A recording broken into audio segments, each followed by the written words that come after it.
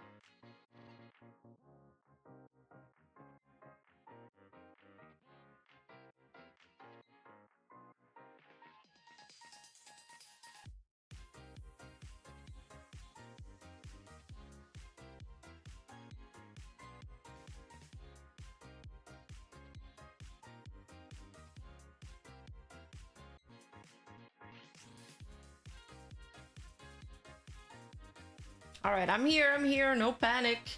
No panic. I was just getting a drink. What's up? Rima headed into the bottom path. ASMR soon, Rima? I am not a bottom. I'm not a bottom. Matthias, hello. Alright, so there's so much to cover today. I have like 89 slides, okay? X? Why are you guys Xing? Don't X. Check marks. Check marks in the chat, guys. Come on, be like those chatters from those popular streamers that repeat everything that the streamer does. Why can't you guys be a good chat? Is it because you guys are clopperinos? Rima, your Twitch title is stuck in the last stream. Oh no. Okay. Let me find which tab it's on. Oh yeah, it is stuck. News. What title did you guys tell me I could? Filian in a hot water over artist. Over artist. What's the word I'm looking for?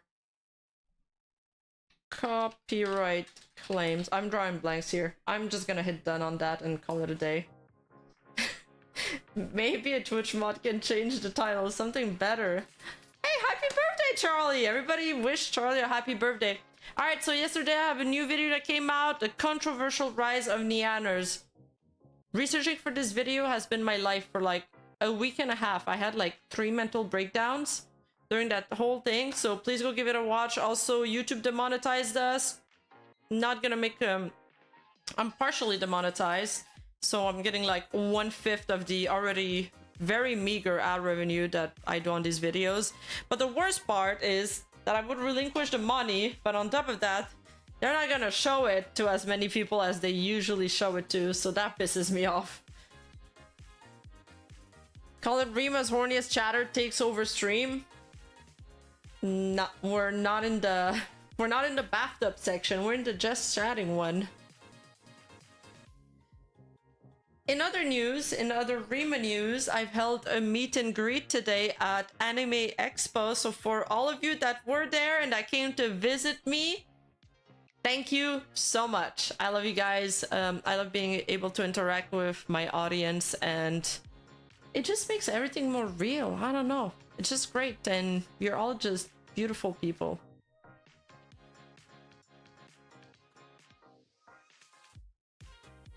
Rima.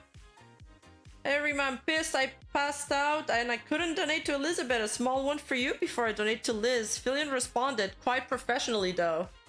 Oh, she responded? Where's the response?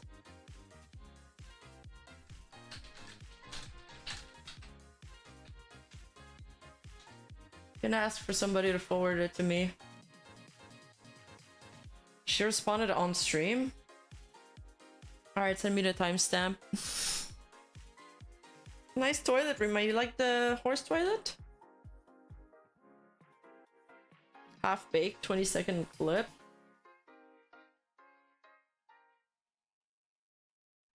Alright, let's see it.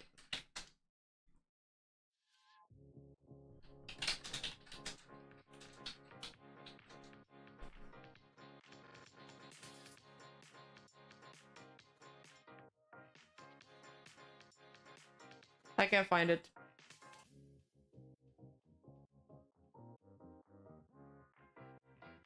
I'm sure somebody will send it to me. Anyway, maybe I'd be blowing the punch if I show it now. Let's wait a little bit. Loved on. I hope you had a wonderful meet and greet. I really did. Thank you so much, Kyla. Where can I send it to you? Are you in my Discord? You can post it in the Rats channel. We have a very active Discord, by the way. Where we talk about whatever's going on in the VTubing industry. Alright, I'll stop checking for a sec and just do the stream. So it all started with, first of all, I've just been back from vacation. So that's why I didn't do the stream earlier. Did my VTube studio die? Okay. I've had a lot of people attacking me. But I was planning on doing this, don't worry. You know, I'm the first one to jump on those. Thank you so much, Kayla, and thank you for helping me getting settled and everything. Lol, the chat AI thinks I'm the one in the controversy. I'll post the screenshot in members chat. You're convincing the AI. Welcome back, Cloud Queen. Thank you, professional gentlemen. How you been? YouTube stuttered.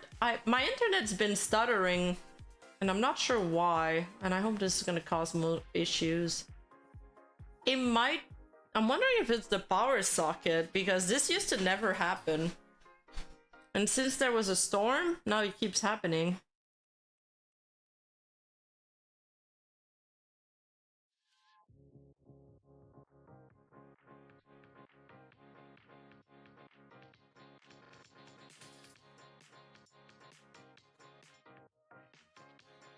Sorry, I always watch things at 1.5 speed. My bad.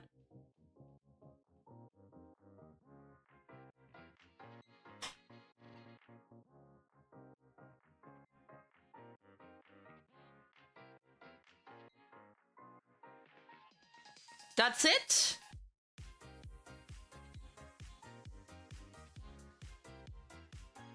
No sound from clip? Oh, I muted, my bad. My bad! Chat is like, muted! No sound! Sick! Okay, so real quick, chat. Want to say real quick, so I've been talking to the artist behind the scenes. I don't know if you guys saw her tweet like yesterday, but we're gonna get on proceeding in a way that like protects her rights and, you know, it's compliant with the EUA, the EUA. So I'll let you know when there's an update. But with that being said, chat, are you guys ready to go? You hear an echo? That's right. Oh, that's the echo that I was hearing. I was looking at which tab was doing this echo. I was so confused. That's her echo, not mine, right? Sheesh, I got some ass there. Rima, how did the beard feel? Pretty good.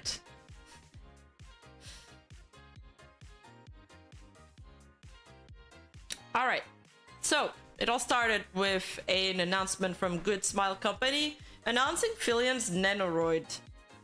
Nanoroid is like a chibi version of a VTuber, and it's like some kind of figurine. It's a very big company. They were supposed to be at Anime Expo, and it started slowly.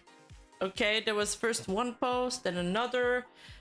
People questioning how she's doing those merch, because it's a known thing that Filian has been using like a VR model. I did a video on Filian actually, and I think I mentioned it in the video as well.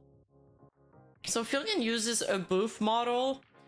Booth is a website where you can purchase like various stream assets for relatively cheap. I mean, there's a wide range of prices. Her model is worth like 7,000 yen, which is, I don't know, maybe around $60. And but then the situation kind of blew up overnight, and the next day the Japanese creator of that booth model, which is the base model that Filian is currently using, released a statement because he received a lot of reports from users. It's $40? Okay. Yeah, $40, not that bad. 40 to 50. I'm Canadian, so for me, the yen is like almost the same price. The creator of her model is called Jingo. Jingo is a Korean artist, by the way. He says, "Hello, this is Jingo. This morning I received many messages about the announcement posted by Good Smile Company about the production of a Nendoroid based on a VTuber who used my Rindu model as a base for their avatar. Since I found out when I was still traveling, it took me a while to figure out what was going on. I did not receive any prior communication from Good Smile Company nor the VTuber in question about the production of this Nendoroid figure. From my point of view, the fact that there was an announcement of plans to professionally produce a figure based on my character despite the fact that I had yet to hear about it is very puzzling. So I am currently in the process of communicating with Good Smile Company and the VTuber in question, and I am awaiting a response. Since this situation involves companies and not just individual people, it will take a bit of time for everything to be resolved. I hope you can all understand this. Please wait for the outcome." Oh my god, Biolente! The 100 Akasupa! Hello! How's your vacation? Here's your mental health. I appreciate all that you do. Keep your chin up, Rima. My vacation was everything that I needed. It was crazy. I felt so disconnected from the virtual world, and I was legit living my best life. You know, I was on a boat, I was vibing, and seeing all of this go down on Twitter with a lot of distance, it was almost like dystopian, and it makes you realize how much hatred people have in their heart, because Filian had a huge oversight in this situation, but the vitriol that is accompanying this issue is insane. But more on that later. We're gonna get into all of that. There's a lot to sink your teeth into. There's a lot to hash out. Oh, Jingo's a woman? I'm not sure. So this is her model, by the way. You guys might recognize this other Filian outfit. So Filian has a lot of models that she swaps with. She's got a lot of toggles and lots of outfits. And that's been like a huge part of her stream is she's so interactive. I know it sounds cheesy. Oh, she's so interactive, but she is. Like, she often just uses stuff on the she often uses stuff on the fly. She'll swap outfits like while making a joke, and it always works. So she is a recolor of that Rindo model, and from my understanding, these recolors or like extra color options, they come with the pack. That's not something that she modified herself. So when this issue was brought out, and Jingo, or she, I'm just gonna call them they, okay, since we're not sure what their gender is. Since the artist replied, it just brought up a lot of questions. So what about all the other merch that Filian has done prior to this one? Did she have the rights to produce those merch? So there's two different type of rights that we need to talk about here that have a very big distinction. The first one is commercial rights, which is something usually that you probably buy separately. It costs a little more when you purchase art, or sometimes it's also included in the price. And this is, well, you have the right to distribute merchandise and distribute different products from the image of your model. The other one, ownership right, is a bit different. So let's say I have a huge IP and Rima Evenstar. It's called Rima Evenstar, and then Netflix wants to do a show on me, on Rima Evenstar. Then they'll have to go buy the ownership rights or get a license from the person that owns these rights. And this person might be me, or it might be my model mama. But when it comes to corporations, usually they purchase the ownership rights. There's a contract involved that transfer these rights from one entity or another. Rima coming on Netflix, yeah.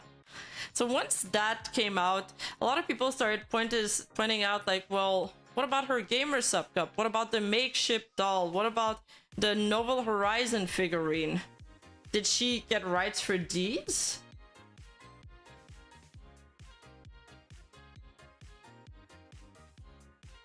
Okay, I've read this before. And then the Filian announcement with her QRTing it got community noted as pressure mounted, especially on Twitter. And it says, Good Smile Company announced an Nendoroid Filian figure, but the design is based on Reunion by Jingo. Jingo posted that they were not informed or asked for rights regarding this figure's production. And then after that, Twitter just exploded. So Filian has baseline a lot of antis. She's been streaming for a long time. She's extremely popular. And she's got antis for various reasons. One of them is probably just what we call the tall puppy syndrome. And it's like a metaphor to how, you know, the tallest puppy, the one that kind of grows taller than everybody, that just performs better, that is more successful. People always want to tear that person down. So there's definitely a lot of that, and there's a lot of things that she did that kind of contributed to it, which we'll go over. But a lot of people started speculating a bunch of stuff, like Filian did an announcement. We go check on Filian's Discord. She's just talking about her stream with Bao that's gonna happen on Anime X. Not tall puppy, I said tall puppy! Now, you know how it is on the internet. When somebody's in a controversy and it becomes like a big scandal, especially on Twitter, then let's say they did one disagreeable thing, and users start to dig up all the other disagreeable things they've done in the past, and all that just resurfaces. So this is the start. First of all, they brought back up her like edit thing. So Filian wanted to hire new clip editors. This is her payment plan. It's basically $200 per 1 million views, and then she'll send a payment out of every month. So minimum payout is $20 or 100k views, and then users were upset because you had to at least get 100k views to get paid, and then they were like, Filian is scamming people. She's taking advantage of editors. She should really respect them. Well, this sentiment kind of plays into what we're seeing now with Filian should be respecting artists. Filian is, you know, disrespecting artists' rights. The other thing people, you know, dislike Filian for is that she has a fansly and she has an AI there which you can talk to. And then also there's this person, which is a huge thread that I'll probably leave for the end of the stream, where basically this person claims that there was an alleged PDF file that was let into Filian's Discord and community. This person tried to contact Filian and the mods. To no avail. The mods kind of like disregarded their issue. I don't think this person provided evidence, but we can look into that later. And for those who don't know, Filian is actually the top 4 VTuber right now, right under Kizuna Ai in the world. So she's really big. She's extremely popular. She's also the person behind the VTuber Awards. And just a thing like the VTuber Award show, which she's organized, it was a huge project. It was a tribute to, you know, give some awards to the biggest names into the industry, and people, that also upset people. If you want to know all about this, just go watch my video on Filian, basically.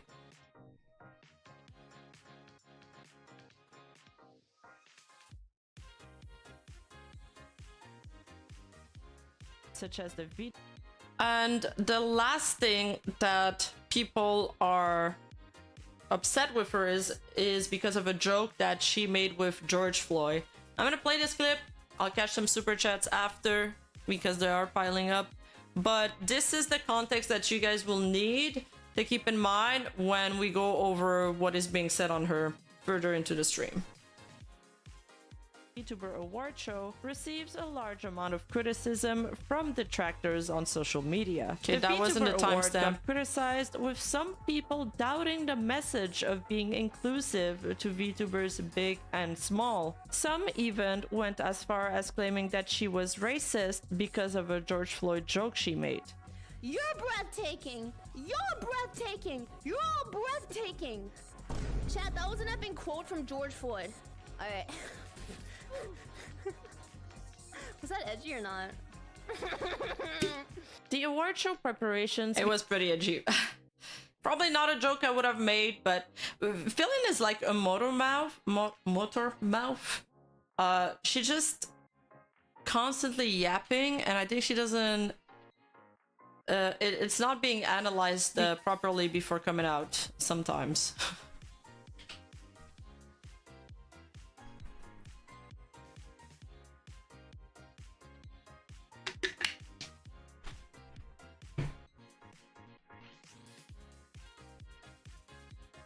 Oh, she did apologize after all? Really?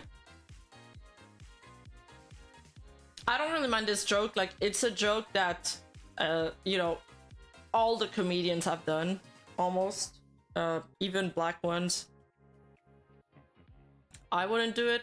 It's not my type of humor. But in comedy, there's a question about comedy and what goes and what not goes. And I think the usual thing is that pretty much anything goes in comedy.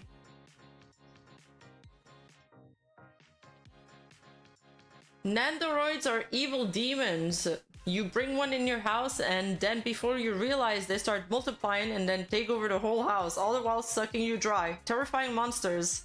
You talking from experience, Kawasa?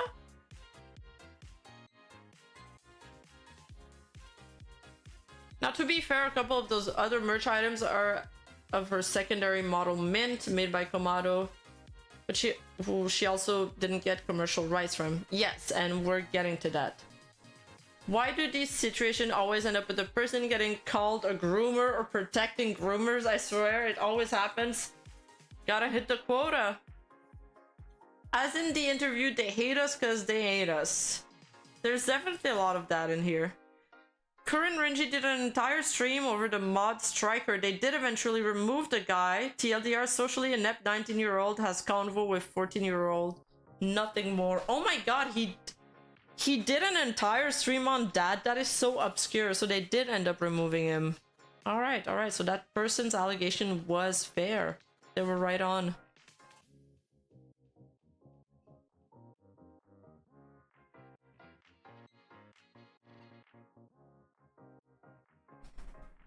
Yeah, anything goes in comedy. There's a time and place. There's also a question about, you know, using your platform responsibly. We are as content creators, we influence our audience somehow, and I don't believe everybody uses their audience ethically and professionally. No, I'm not saying that about Filian. I think she's actually a pretty family-friendly streamer. She like never curses. She keeps it pretty much PG-13 all the time. I think this was just one of her hiccups. The copyright issue though is again a huge oversight on her part. And I'm not too sure what happened here or how no one has ever brought it up to her before.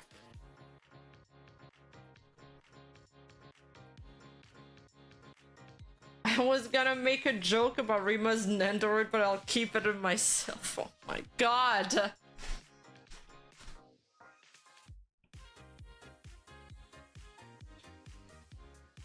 Doesn't Filian have a team behind her? I mean, she probably has a mod team. I don't know about the rest.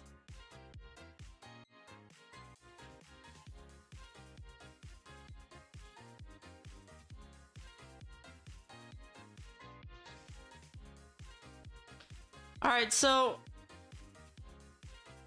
oh yeah, the last thing, forgot about that one. The last thing is that Filian, people are mad about Filian because she has an AI tag art. And now I'm gonna explain to you what are art tags for. Basically, when you're a VTuber, people make fan art of you. You ask them to hashtag it with your like personalized hashtag. Mine is, for example, hashtag Rima art. And if I start getting a lot of AI art, I'm gonna create another hashtag called something like, I don't know, hashtag Rima AI art to sort out the good, like not the good art, but like, well, I guess it's a good art.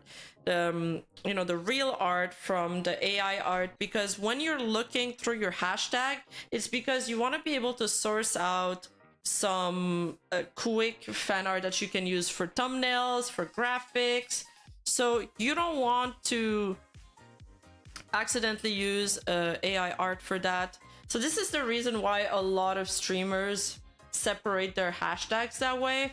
And this is not only a Filian thing. A lot of girls do it. I think a lot of FaZe girls do it.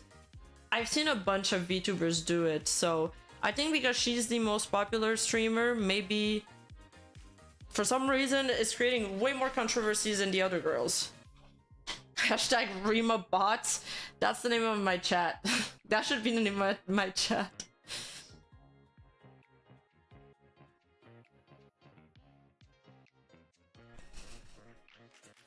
A very harsh way to take the situation, at least legally, is that it's kind of okay to steal from Japanese artists because they can't really sue you unless you put merch in their country.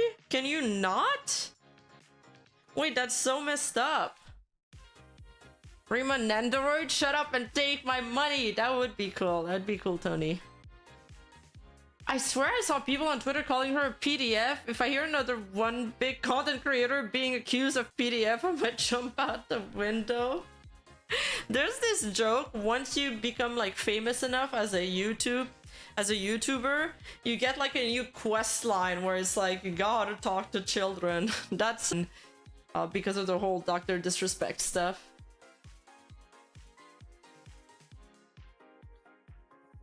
Laughing at dead criminals, more controversy. It's like throwing a fit about jokes at the expense of Jeffrey Epstein. Bring back asylum? Sheesh. I'm back, I think.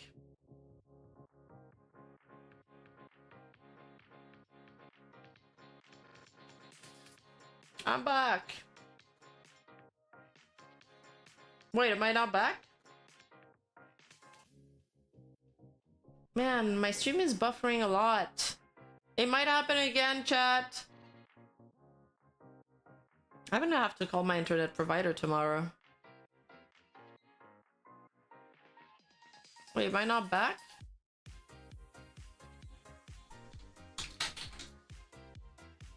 Chat?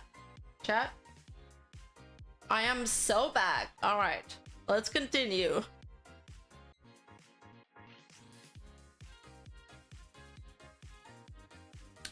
Well, this person called Nanobyte VT is saying, I'm genuinely so glad this is finally being talked about. Her model isn't even recolored because that model already comes with those alternate textures. I've mentioned that earlier. Everything she has done with the model has seemed extremely money hungry and ingenuine. Filian doesn't seem like a money hungry girl. She just seems content brain, and she probably just didn't think about it. She's probably the type of girl, this is how I analyze her personality. She just always go, go, go, go, and doing everything very fast, and she probably just doesn't really pay attention to those details. Especially knowing that Jingo, the owner, never knew about it. Her community loves to attack and harass others using the Rindo model, which tells us that she rarely ever likes to credit Jingo in the first place. Why is she not making it known within the community that the model isn't even her own? It's cheapstick behavior that harms Jingo's career. A lot of people are attributing this to malice. And Filian just doesn't come come off as a very...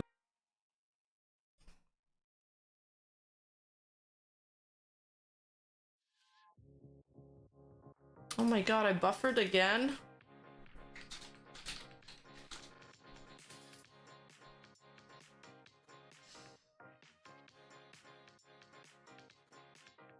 She says the model isn't hers all the time. I don't watch her that often.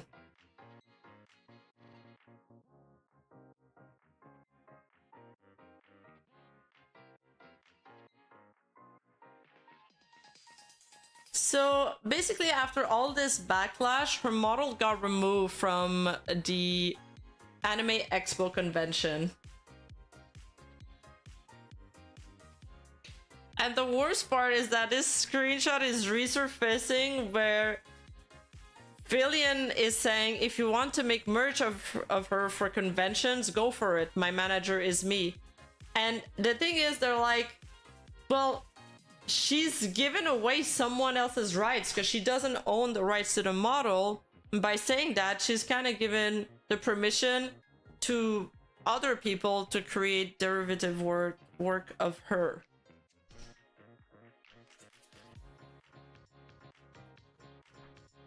And then this clip came out where basically she says that she paid $0 for this model.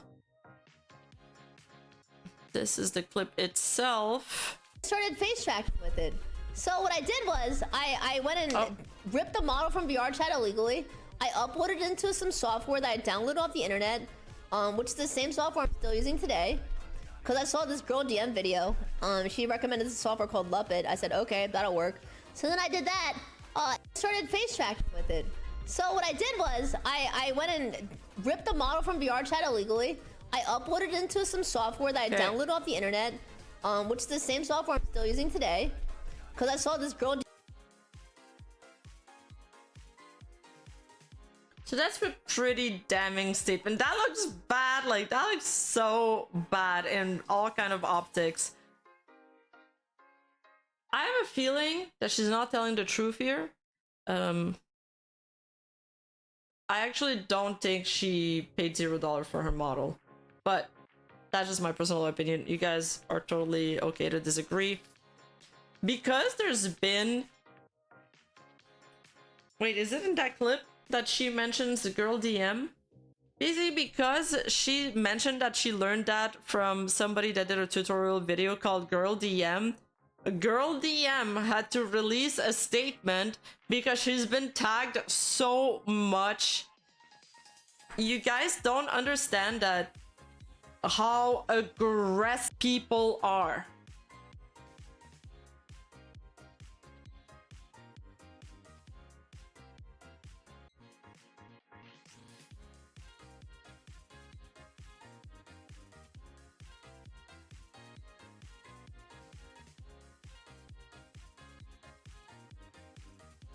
Like the amount of people forcing other creators and other people to say something is insane. The amount of people, the amount of hate people have in their heart over somebody they never met is insane. Like, you can have some curiosity over the topic, you can try to learn about how the fuck did this happen, you can be in disbelief, but to be so affected and emotionally involved in it is a little wild. So yeah, girl DM casualty, one of the VTuber drama casualty of July 6th. So she says here, I made a TikTok years ago about Luppet, which is a software for tracking your model like VTube Studio. Girl DM also had her start in VRChat, kind of like Filian. I have never ripped any models, nor have I a desire to. If you're interested to know any of my model information, twitch.tv girldm/about has everyone I have worked with. I've been tagged by a few people who have seen a clip that doesn't really clarify and makes it seem like I have knowledge of ripping models. I don't. Then Pippa says, am I crazy? I followed it shut down 2 years ago. She says, no, they're still working on other stuff. And this person says, you're one of the OGs, you care too much about your craft to rip models, so anyone saying otherwise are omega reaching And Girliam responds, I'm pretty sure the art gun would flame me alive if I ever lifted acid. Right, not only that, Filian has done a U2's collectible vinyl figure. This is the waifu cup. But the interesting about the waifu cup...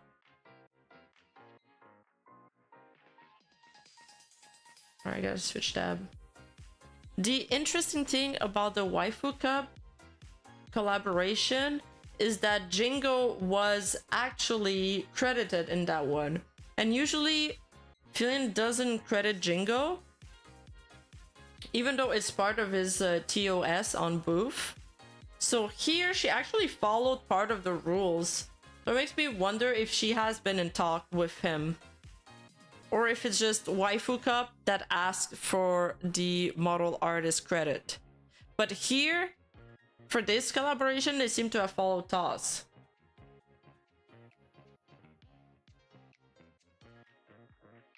Then there's another artist involved in this, and it's called... This is her mint model. It's called Lil Filian, I think. And it's like smaller version of her. It's really cute, actually. So the mint model is the one that the plushie's been based on, and it's also the one that her video game collab has been based on.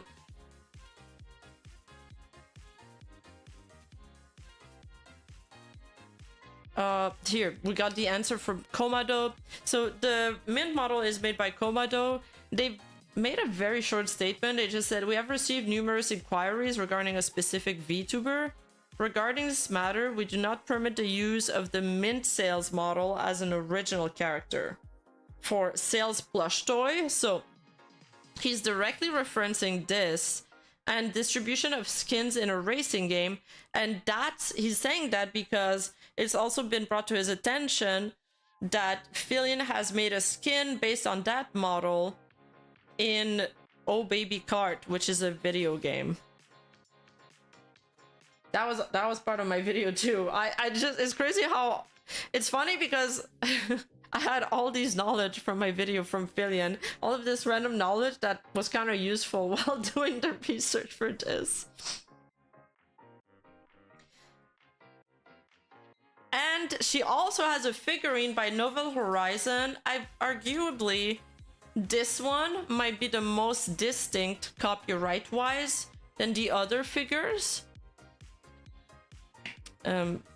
This user is saying, for those who don't know, Novel Horizons, who basically represent... So people do this commercial / so brands aren't tagged. It's kind of like a way to not attract attention to you and not tag people who basically represent a grifter company at Talent MSMs. So Talent MSM is the talent agency that's been in hot water recently because people find out that they weren't officially registered as a company. Convention appearance sold pre-orders for a Filian Lost figurine at $235 a pop and is currently in production. So the case of Nurosama is very similar to Filian, but it's like a good way of doing it. Basically, Nurosama was based on a free model as well. Nurosama is the model that she originally used, is the default one from VTube Studio. VTube Studio is the app that VTuber used to do the face tracking. But once Vidal became pretty popular and Nurosama was a project that worked, he asked another artist to create its own Nurosama. And this is the redesign. It's like distinct enough as to not infringe on copyright. He made Nurosama his own, but he still kept the essence. So the chat, you know, she would stay recognizable and she would be on brand. So I'm actually quite surprised that Filian hasn't done something like that. I was under the assumption that she must have purchased the license for merchandise from her model at some point in her career.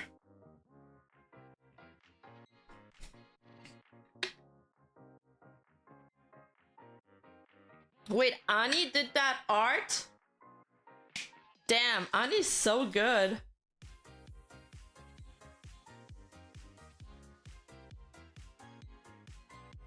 I actually didn't know Ani did the art, and one of my first videos was on Nuro-sama. I should actually remake it. That's really cool. That's really cool.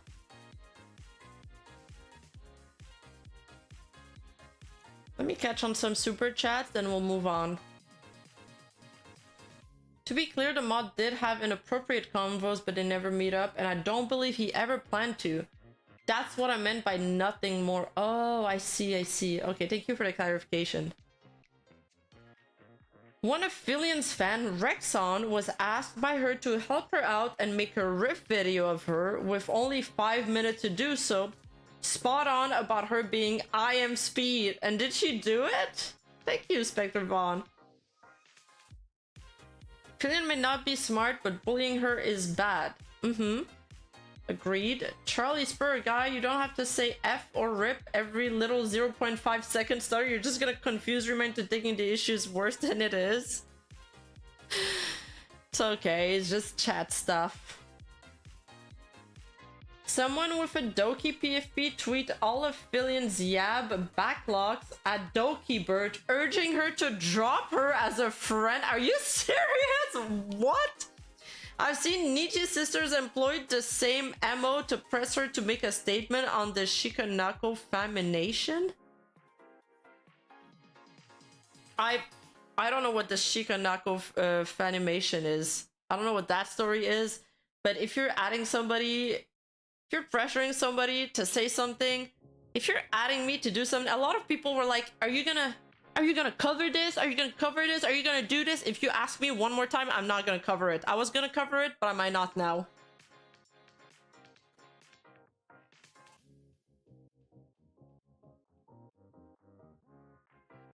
The deer dancing video?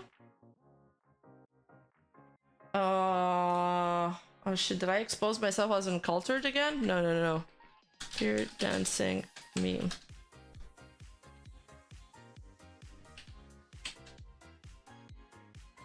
Oh, I've seen this. People have made a meme of me with this. But I didn't know it came from there. What? I didn't know this was a popular meme.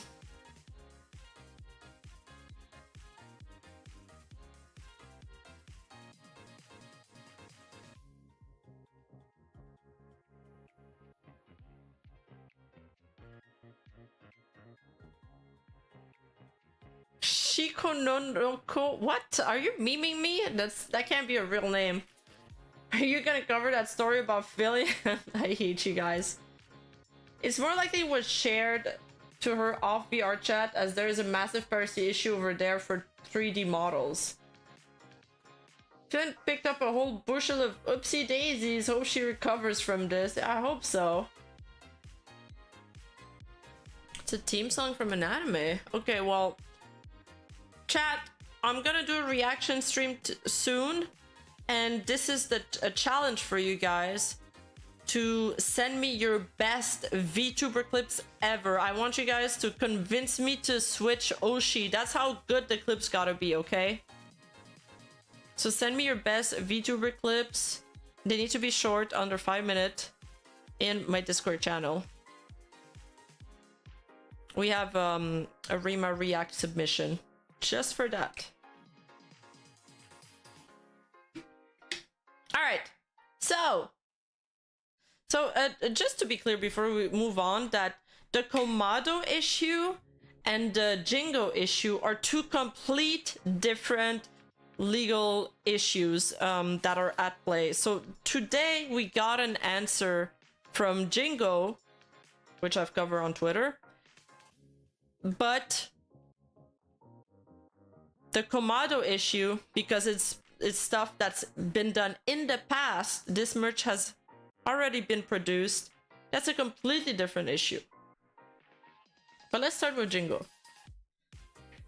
So Jingo says, I just returned home early this morning, so I apologize for the delay in organizing this post. I have received replies from both the VTuber and Good Smile company, and I will proceed to ensure my rights as much as possible.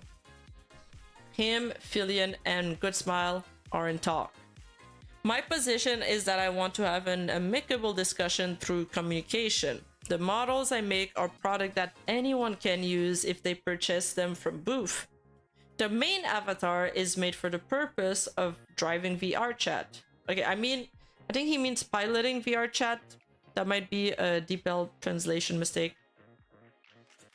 But the terms of use allow the use of avatar outside of VR chat if they cannot be used by a third party other than the buyer. We also allow individual VTuber activities, so that means that you're allowed to stream with this. However, just because a model is purchased from the booth does not mean that the buyer has all the rights.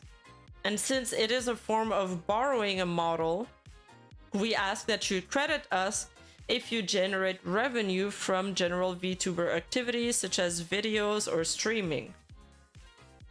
So far, basically he's gonna go over all of his term of services, and he says that if there's a license that you need to purchase, by the way, when you purchase art, and it's the license to stream with it, because you make money from streaming, you monetize it. So you need to have this license to stream. He says you can have that license if you purchase the model. All you gotta do is credit me. So for the next part, he says, furthermore, we have a term of use that requires prior contact for activities that are more business-like. So you need to contact him in advance before you engage in those business activities, such as character product production, beyond general VTuber activities such as video and streaming, and we will provide guidance on crediting after review.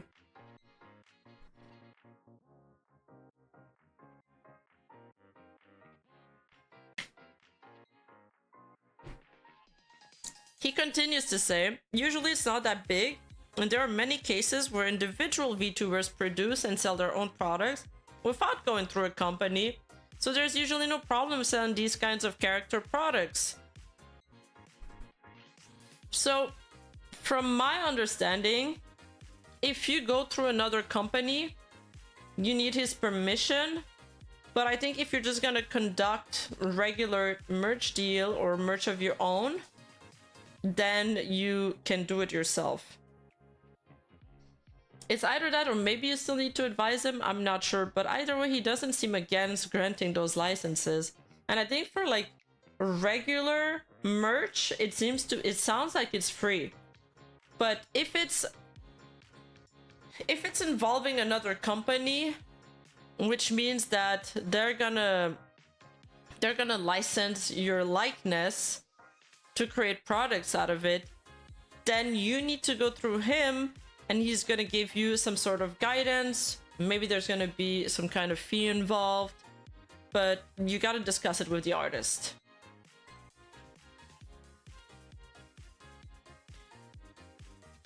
However, if there's an affiliation or a company or a corporation that is not an individual, even if it is not a commercial use, we receive accurate usage guidance and prior contact. The problem I had was that even though VTuber does not own the copyright to the character, the project was carried out through a contract with a company without reporting to the creator of the character. So here Filian made a contract with Good Smile where she granted them the rights to use her likeness, but the thing is, she never owned those rights. They weren't hers to give out in the first place, so that contract doesn't work. And Grey Wolf, thank you for the 10 gifted subs! Thank you, thank you! Thank you so much, guys, I really appreciate it.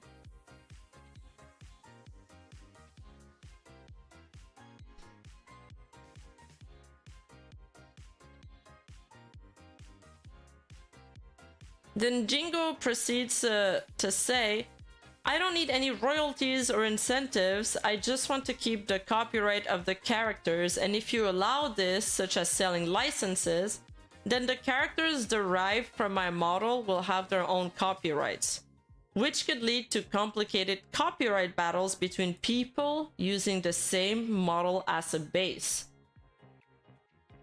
So this part becomes a little bit more complex. And I have two theories for this part. And I've consulted with Legal Mindset, and he seems to agree with me. So we're sure that Jingo's a woman, right? I'm just gonna start saying she. The license to Filian, but there's a big problem. Basically, if she allows the selling of the license to Filian, then it changes the terms of services for all the model bases sold that have been, or all models that are derived from this basis. So if she gives the selling license to Filian, it would probably give the same selling license to all of her VTuber babies. Basically, all of the Filian copies would also have this selling license. Not only that, but there's another layer to it. It's either both of these theories or one of them. The other layer is that if she permits the license to Filian, and Filian sells her product, she would have ownership of her likeness. But what about all the other Filian copies that have been sold in the past? What if they decide to make a merch that's in the colors of Filian, and then it would create complicated copyright issues between Filian and those other, like, and her VTuber sisters and brothers.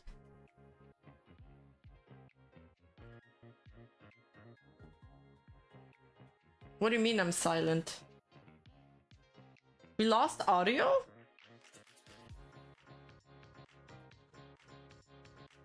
The YouTube stream is still doing okay. It's the Twitch. No. Oh, why is my internet so bad?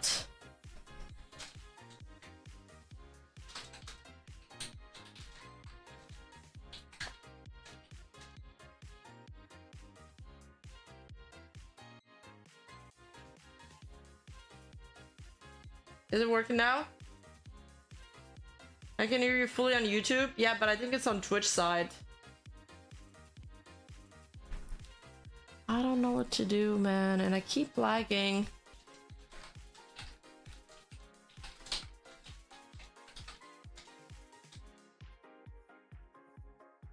Should I restart the stream?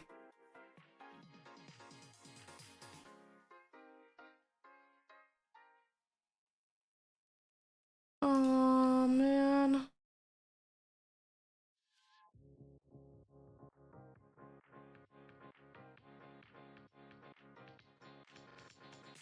I'm actually depressed. I pay like more than $100 per month for my internet. And I told them I don't want to have any issues. Hello? Testing on Twitch?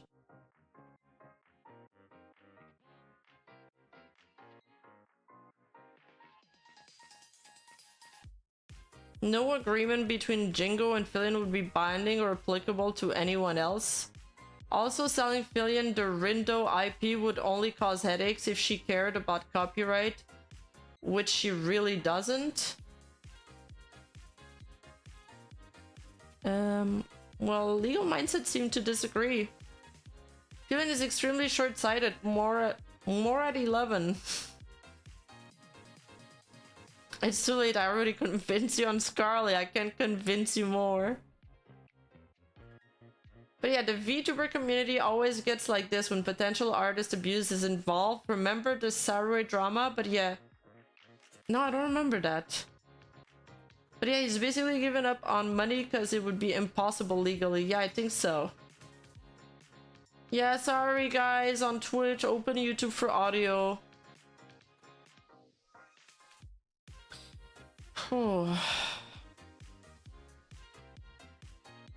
Yeah, I might have to cut this stream short after this segment. I'm sorry. I'm actually depressed. My router, but it's the router from that the ESP provided. It's been doing that a lot. Like, I'm disconnecting in Discord call, I'm buffering.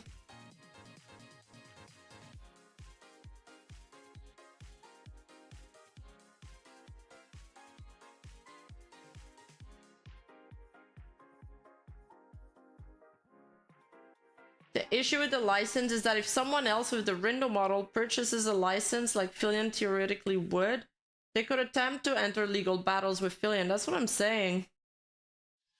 That was my first theory, but then other people brought the other point. You think Filian really has no managers? Because I think it's time she should get one if she doesn't have one. Just to sort out her paperwork? Yeah, I think she does. She is with Mythic, but Mythic doesn't act in terms of management. They only facilitate sponsor deals and sometimes merch deals, but not necessarily. She may or may not have went through them. We don't know. And yeah, there's no way to know. Legal Mindset was having trouble talking about the same thing. He also said that part was confusing because of the translation or the language used. Honestly, the artist isn't very... She's not very clear on that part. Sadly, my eyebrows are so enticing. I know, my eyebrows are actually very expressive. Several drama is her contest that some mod disqualified one of the people participating because he thought the art was traced or something. Mod was a bit hostile and people got mad at Sarway for it. Ah, the mod drama.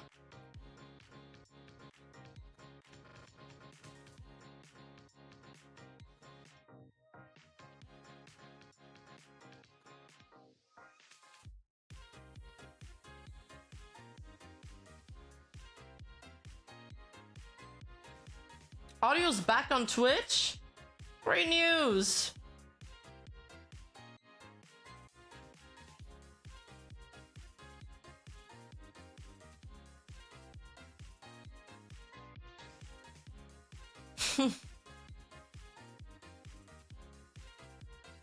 Okay, wait, there's one paragraph left to go, and we got sound on both platforms now. Great! Whew! I was starting to sweat a little. I'll make sure to fix that tomorrow. So she ends by saying, I hope you realize that the characters in my booth are public models, not just from one person. Sorry.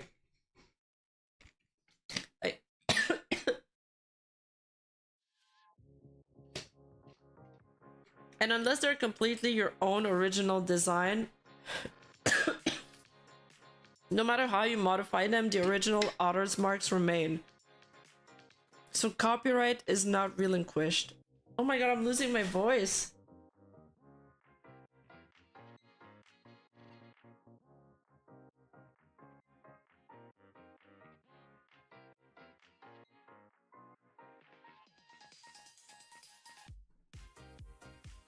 Because there's no such thing as Filian. Filian is a rando, and a license would be for making random merch. It would be one or the other, right? Like, he either gives the license to rando, then there wouldn't be a Filian, or he gives the license to Filian, and then all the other rando models are fucked. I haven't touched a Sani shoe medallion, I swear.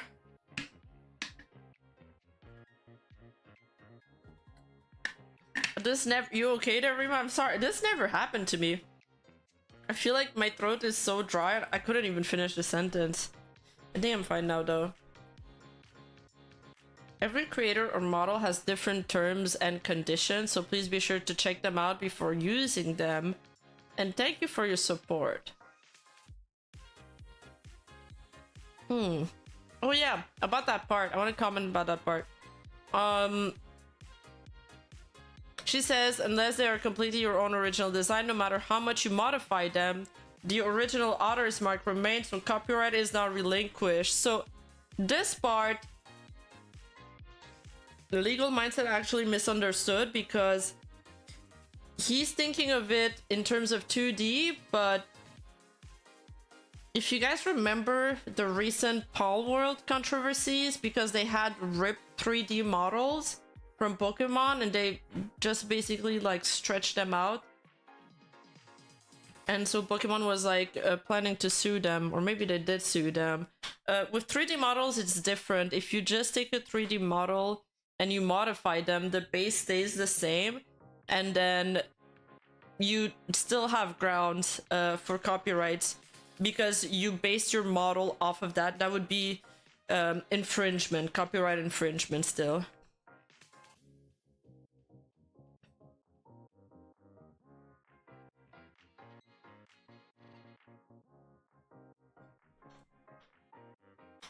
Sorry, I'm gonna be more clear.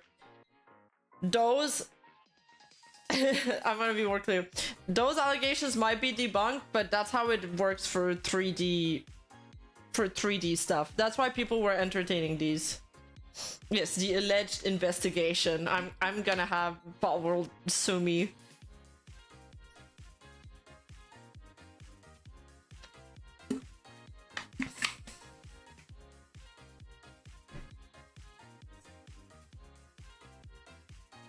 Run command prompt, type ipconfig and write down the gateway IP, and then type ping gateway IP and watch for spikes. I'll write it down because this actually happens when I'm not doing anything. Like, it's not just when I'm streaming.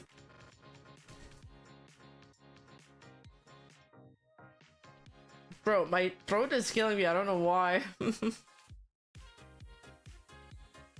Okay, that was fake news. Why did I put this in? Oh yeah, I remember why.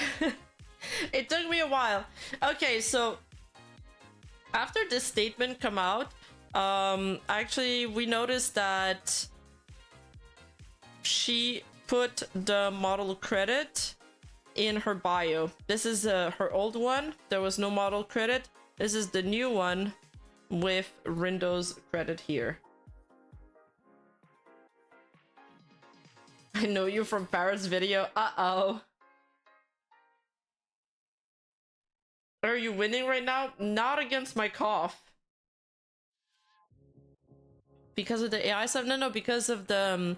because she is now, you know, she spoke to Rindo and he asked her to follow the task, probably. Or he clarified it with her. It could have been that she was in talk with him, she misunderstood the commercial license, and now she clarified it. Or maybe, other potential theory, she never spoke with him, never thought about it, thought what she was doing was okay, and now she realizes that she does need to credit him. Oh, okay, I see. Thank you, Axis, for the clarification.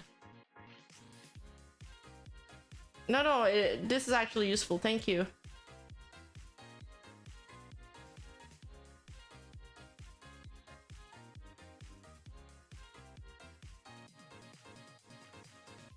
Yeah, there's two chats, and I see both chats in my...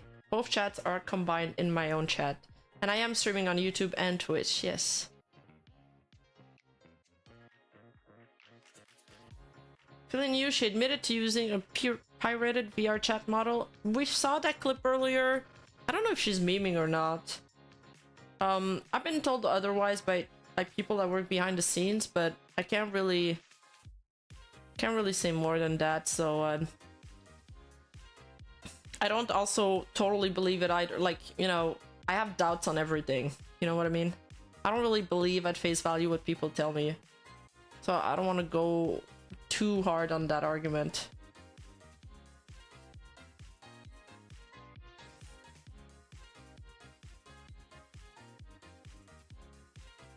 I feel like she I don't know what she's gonna do. I don't know what she's gonna do, but to settle this cleanly, the problem is, okay, sorry, I'm gonna gather my thought before I talk.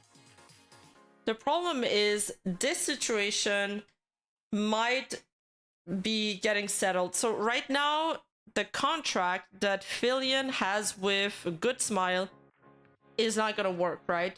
Because the artist is saying that she can't give out the license as it is. Now that doesn't mean that maybe they're just gonna nullify this contract. They're gonna keep on talking, and then they're gonna come up with another way to have this collaboration happen. That could be a potential reason. Or maybe if I'm Good Smiles, I'm a sponsor, I see all of this go down, there's a bunch of controversy, maybe I just steer clear from that and I'm like, Filian, you know, maybe not today, finally. So there is a possibility they could still redo the contract with some modification.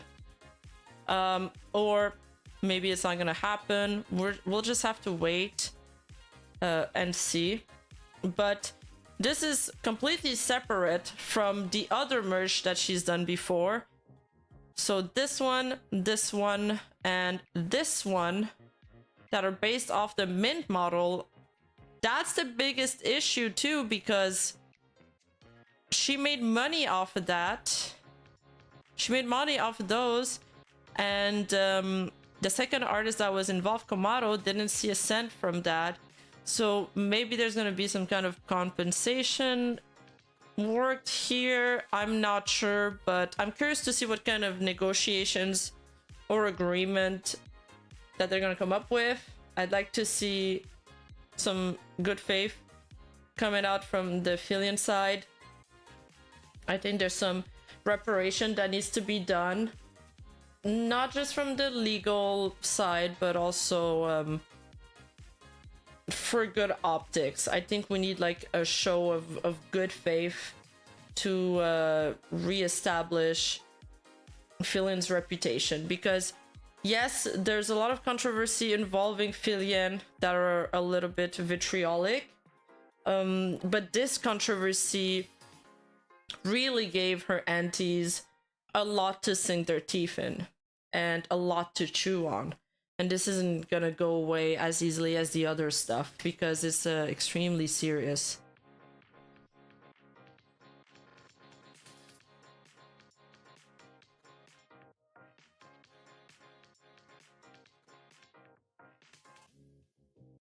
Sorry I'm late, but I'm here to see my favorite beard-loving horse girl. Filian said she was in talks with Jingo in their stream today.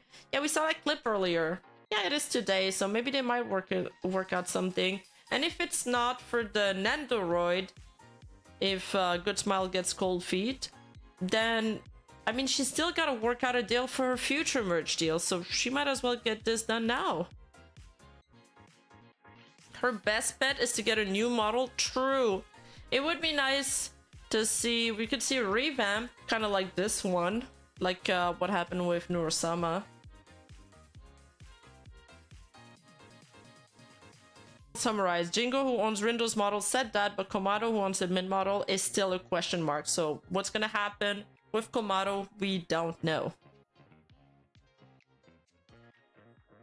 Now, let's look a little bit at the comments. I think Jingo's statement toward the end is a good reflection of the sentiment most artists have in this space. They're not asking for a cut, they're asking for respect so their models can continue to be used by anyone. Artists like Jingo are the opposite of greedy.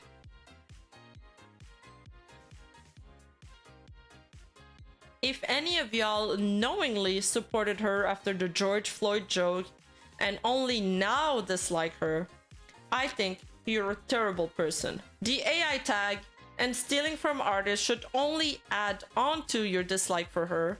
It really should not be the sole factor. ATP? What does ATP mean?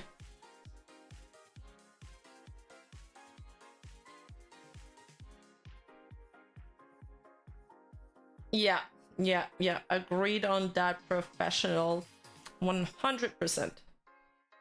Her new model should get breast enlargement. Finally, a reasonable comment. Yeah, no, absolutely. I'm with you on that one.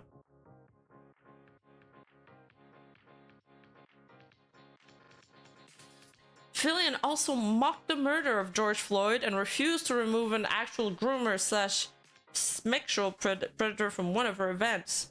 And tons of big EN VTubers support her and do collabs with her all the time, like it doesn't fucking matter, Lamau. It's kind of sad that now that Filian is in hot water with copyright slash commercial right issues, now everyone wants to talk about it.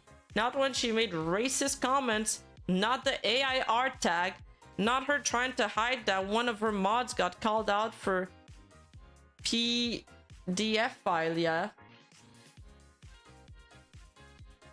Wait, so was it one of her mods that got called out for this? Or was it somebody that joined her community?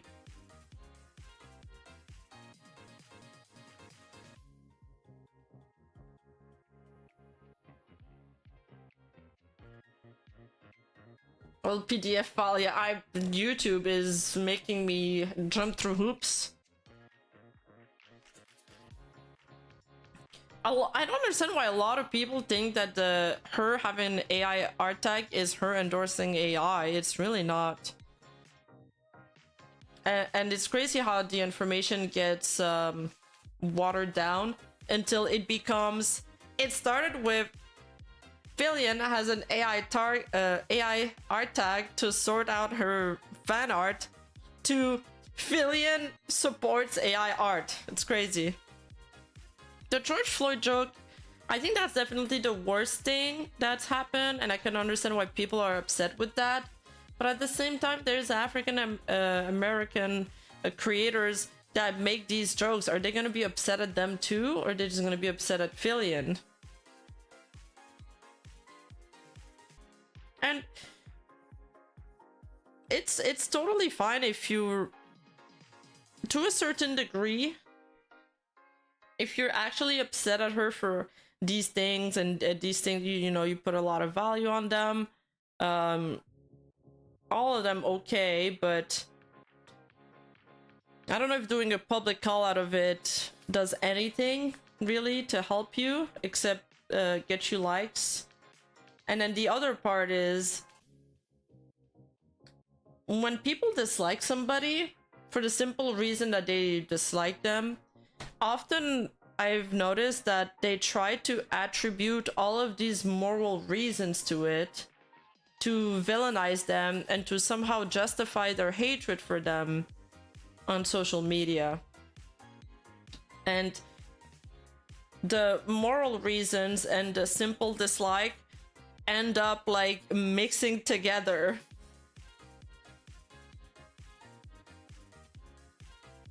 So we're gonna see in those comments, there's some people that it's obvious that they just hate her because she's Filian, and there's some other people that are probably more more engaged than others, and more take these issues more seriously.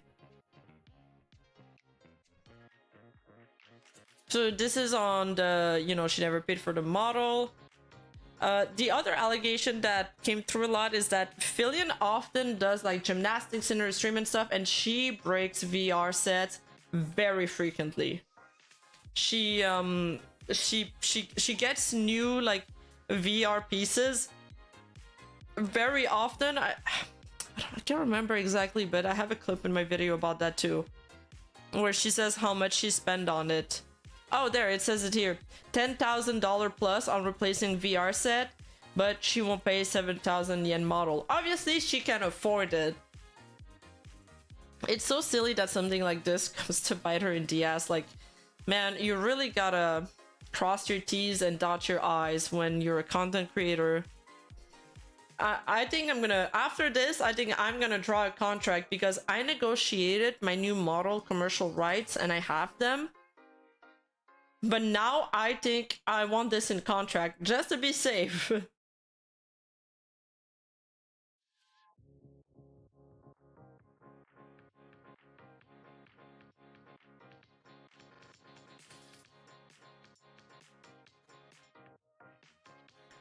Oh, this is a good point. Okay.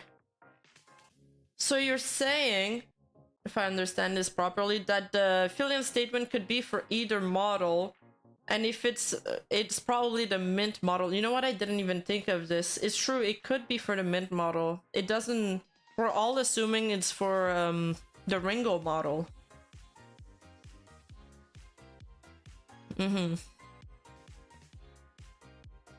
So this person says, really disheartening to see a big VTuber disrespect booth guideline, take advantage of booth creators, and try to pass off a model design as their own for merchandising reselling purposes with zero permissions. Insane how nothing was ever passed by the model creator for this. That is insane that the model creator never saw this till now. This tweet has 1.1 million views, by the way. That's crazy. And the other... I forgot my line of thought. Shit. Oh yeah. The other thing is, it's crazy that she never thought about it before, because even Nuzagi, when he was approached to do his own merch line, he said that he couldn't because he knows that he doesn't own the rights to his model and to his likeness. So like, Nuzagi knew about that. Why didn't Filian know about this?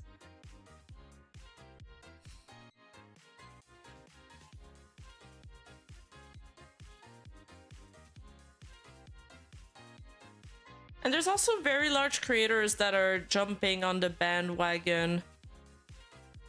Crazy to see creators disrespect artists and other creators and still make it so big. Meanwhile, there are smaller creators who are so respectable and amazing to work with, but are never given the time of day. But are they entertaining? Like, I don't understand what being respectable and amazing to work with has to do with you being an entertaining creator, though. Sorry to be a hater, but I think it's really interesting that this particular VTuber has the money to keep replacing all the VR equipment she keeps breaking for no good reason, but not enough to buy the rights of the free design she uses from the artist that created it. I've always been a bit on the fence about whether Filian is a bad person or not. I've always been a bit on the fence about whether Filian is a bad person or just a bit clueless and insensitive. But after years of using a design that isn't hers, not crediting the artist anywhere, and going on to make merch off that artist's design without any sort of... Ah, shit, I cut it off. I think it's without any... I don't know, any sort of care. And they... Let me find that tweet. I scuffed it.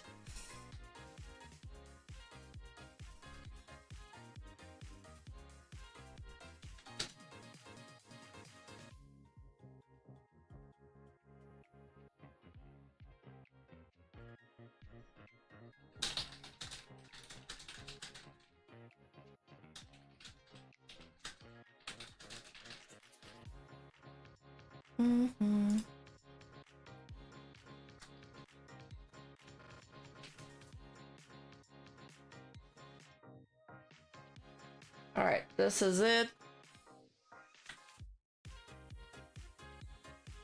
I've always been a bit on the fence about whether Filian is a bad person or just a bit clueless and insensitive, but after years of using a design that isn't hers, not crediting the artist anywhere, and going on to make merch of that artist's design without any sort of communication, it really feels like something that someone who thinks they have too much clout to be touched would do. It paints Filian as both a thief and someone willing to throw their size around. She clearly has the money to afford a proper original design, but she thinks she's untouchable and doesn't seem to respect the artist.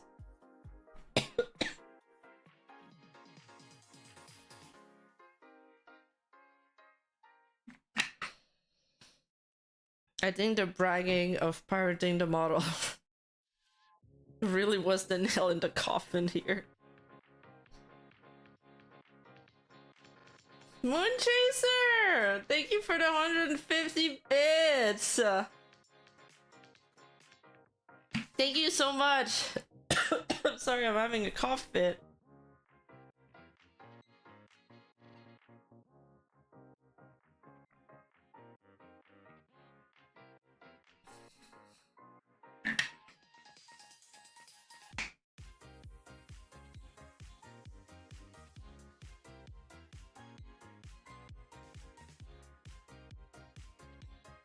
VTuber in training. She did say it. She's learning.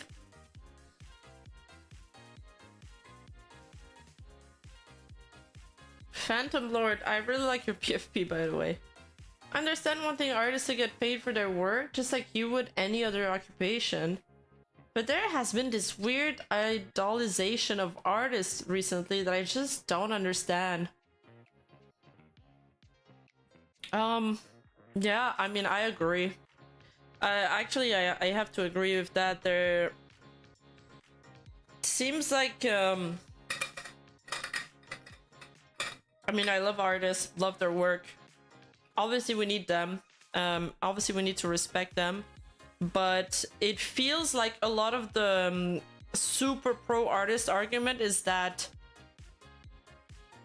they constitute the whole community, when in fact it really is a symbiotic relationship of offer and demand between creators and artists. And creators need to make money and be successful, so there is an industry and a niche those artists can operate in.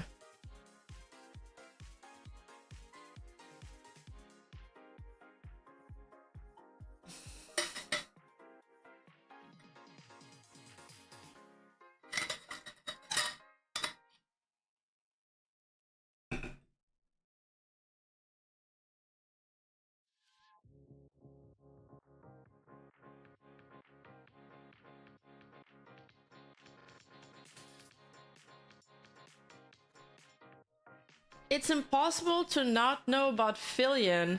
This is nonsense. There are people who unironically think Vox Akuma is the biggest male VTuber and not some random Japanese guy. Size in one place mean nothing in another. True. I mean, the fact that the model artist just found out about her when she's like the 4th most popular VTuber in the world says a lot about that, right? Oh my god! Oh, Kono just offered 5 subscription to the community. Hey, Twitch is getting some love. Enjoy your gift, guys. Thank you so much.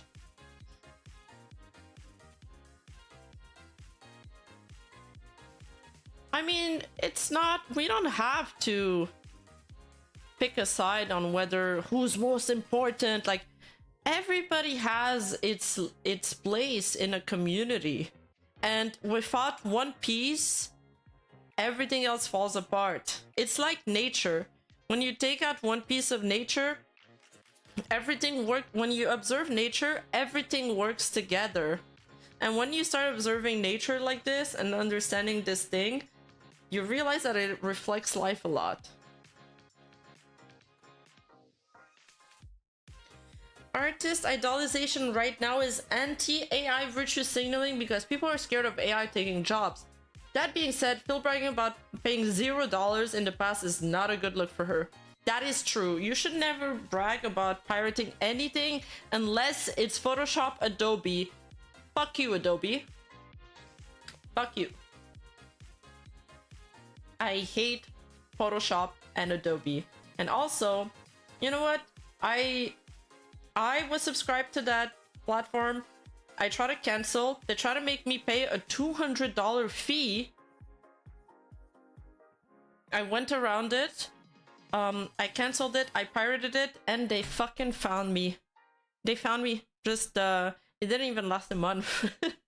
They invest more into being able to find people that pirate their software than fixing their fucking issues that users have been asking them to fix for years.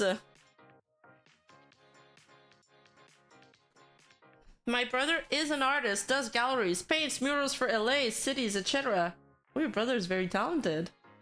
His words, if you can be replaced by AI or not, the issue is always with yourself.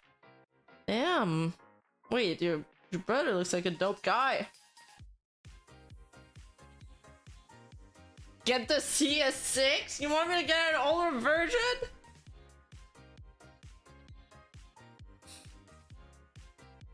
They found me, yeah, I don't know why. I don't know how, but now I can't even open Photoshop.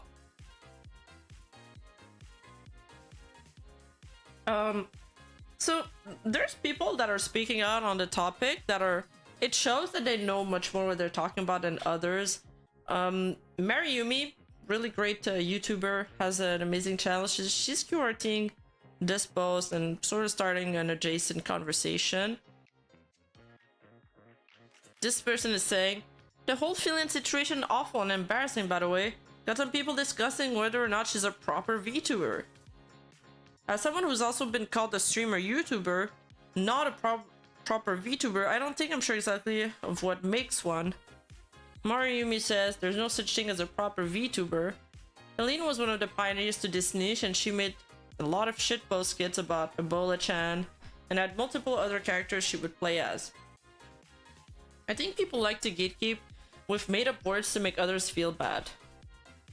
I really agree with that statement. I do feel like people love to gatekeep with made-up words.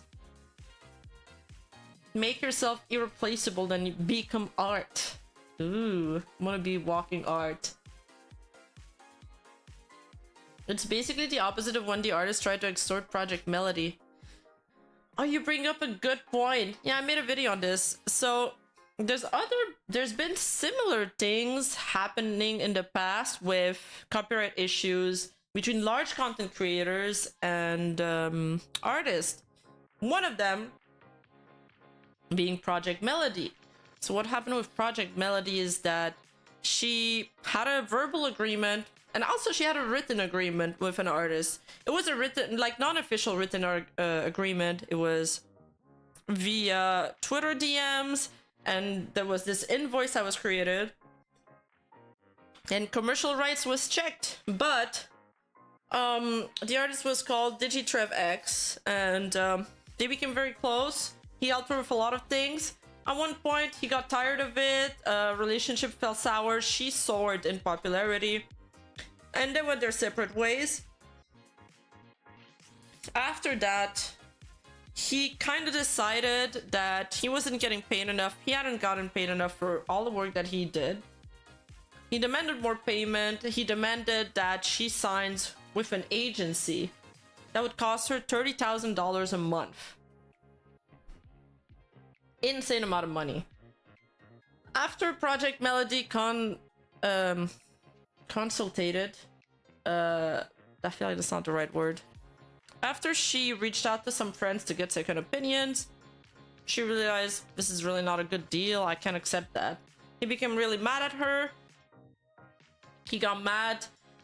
He says, well, you owe me this. He was kind of trying to extort her because he was like, I did all of this work for you for free and blah, blah, blah. So they didn't reach an agreement. When she started streaming, she got DMCA'd because you can report videos on Twitch for copyright issues. And basically, DigiTrevX took her stream down by filing a DMCA claim.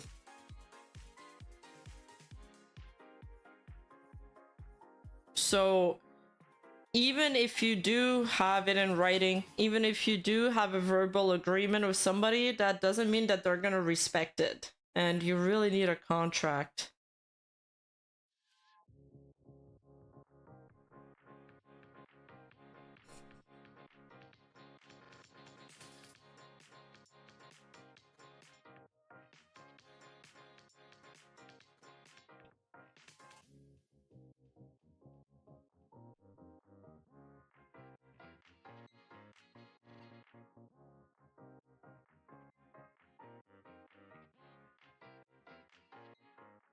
He's the artist that went on to make Waifu Babies model. Yeah, exactly. Yeah, it's him. I don't remember all the details, but you guys can go check out my video. It's one of my most popular videos.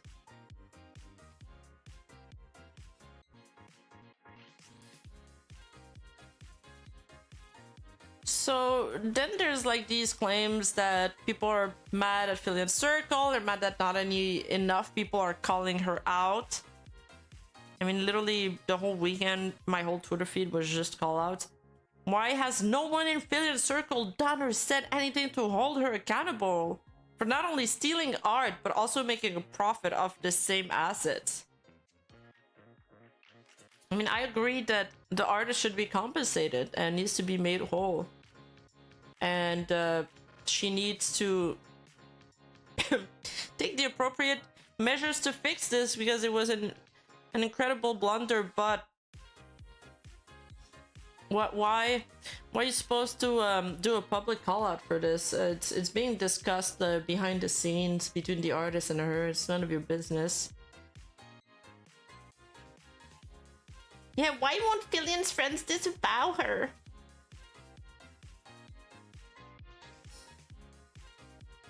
The guilt by association bullcrap. Well, your silence is violence, okay?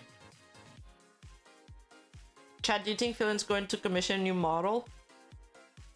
It'd be nice. I think it'd be not only good legally, not only also good optic-wise, but it'd be a refreshing change for her brand. I'd like to see like a more high-end version of Filian, like a nicer, clean version of it. I like to see that.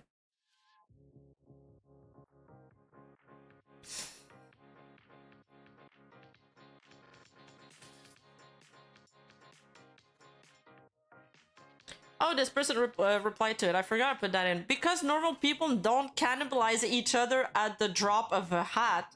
Especially when things are most likely being sorted out professionally behind the scenes. A little later than they should have been, granted. But not something anyone in her circle really needs to butt into. I don't know who this person is, but they're based. Yeah, I agree with this. We've seen Lil Phil, now we need Mommy Phil. Yeah. Yes, I agree. Imagine being a VTuber and having zero respect for artists. I would need to know more about Filian to know if she has zero respect for artists. I'm sure she has some respect for artists, right? I'm happy to hear things are being worked out with the original artist in the background, but Filian's radio silence is coming off as really disrespectful. She's ripped models from multiple artists and they all deserve an apology at the very least. I feel like Filian is waiting to see what happens before she releases a statement, right? Like, she doesn't know what's going on right now. She probably can't speak about it. And speaking about something incomplete will only make it worse.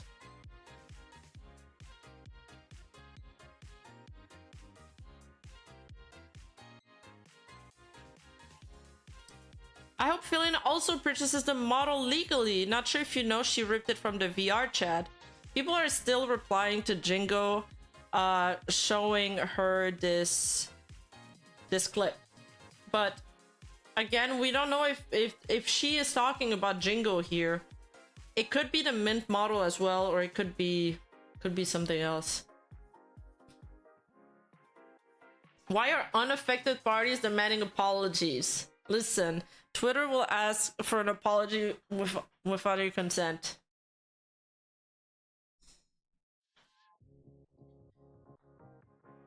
There was also some vitriol about her Discord on 4chan. This screenshot has made its way to Twitter, that's why I included it. Some people, there was two screenshots, I forgot to paste the other one, I guess. Filian's ADHD is rubbing off on me. Basically, people are upset because Filian's mods have been banning a lot of people for asking about the drama or for typing uh-oh, which is what Filian said on the Good Smile tweet when her Nendoroid got dropped.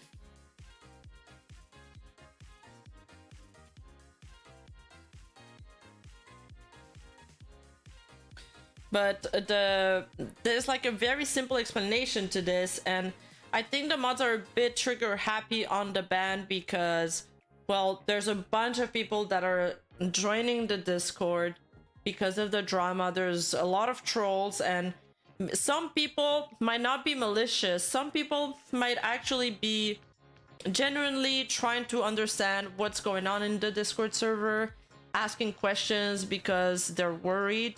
But right now the mods, they're probably overwhelmed and they can't differentiate or take the time to differentiate between who's trying to create drama, who's a troll, and who's not. So they're just gonna, you know, ban a lot of people. And I kind of get that. I mean, fuck. Running a Discord server is so difficult, guys. People really... You create a Discord server and you're like, everything's gonna be fine. Guys, just act reasonably. But then you realize... What I'm realizing now is that everybody's reasonable definition is different. My reasonable is not the same as somebody else's reasonable.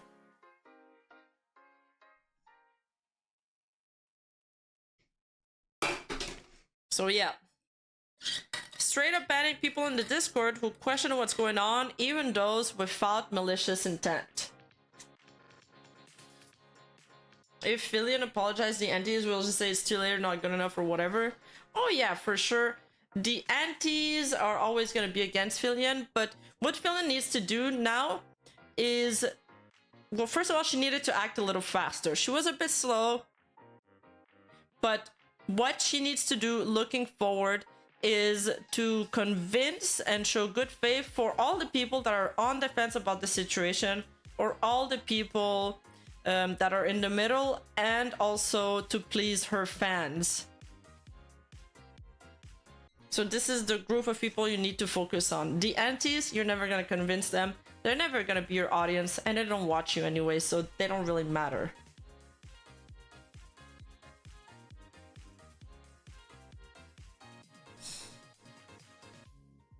And now to end this, sorry, I'm drinking a lot of water because if not, I'm gonna start coughing again. To end this, Filian streamed today. She had 8,000 viewers, same as usual. And Trigger Point is saying here, Filian can't go back from this. Filian is done for because all the V-tweeters were kind of tweeted that. And I mean, Filian just going on as usual. I suppose she's not done for.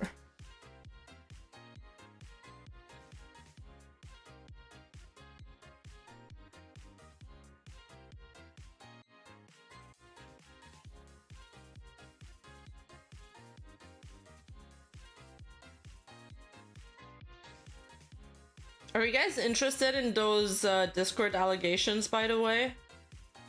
So it's extremely long. That thread is extremely long. Basically, there's one person that tried to warn Filian about an alleged PDF file, but apparently he got booted in the end, so he might have been one.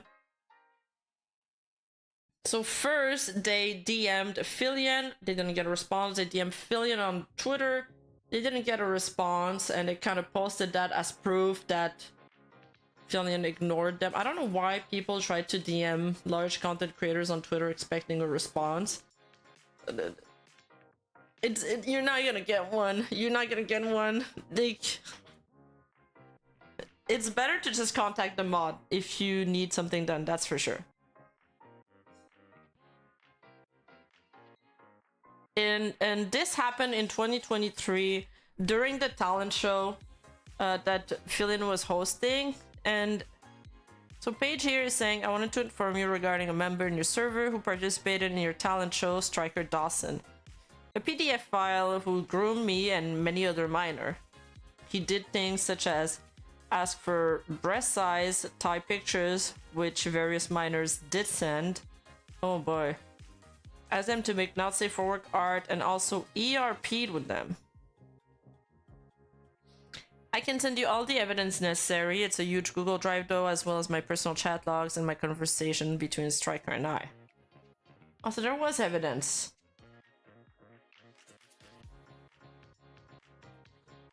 Hi again, I sent this to one of the moderators, but I also felt it would be appropriate to forward you as well. Hello again. I wanted to write and express how discomforting it is with the lack of communication I'm getting from the team regarding a serious situation which doesn't look good on Filian nor anyone. I'm also now hearing that someone who tried to inform you guys regarding the situation was banned and considered a troll account. This is not only dismissing the numerous victims and allegations against him, but it comes across as if the situation is not important enough to be investigated and looked into. That is extremely disturbing and does not look very well toward anyone. I don't want to seem disrespectful, nor as if I'm rushing anyone on the team. However, I've noticed the amount of times the staff team has been online and active on Discord, and I failed to hear anything back from anyone. Please do better regarding the situation. And I really hope I'm able to hear back from someone regarding the situation and who the team allowed to participate in the event. So the one moderator replied to them saying, "Thank you for this. We definitely did not expect this kind of outcome following yesterday's showcase. I'll have to wait for Filian and the others' input on this, but I can assure you we would not have knowingly supported this." They probably didn't run a background check.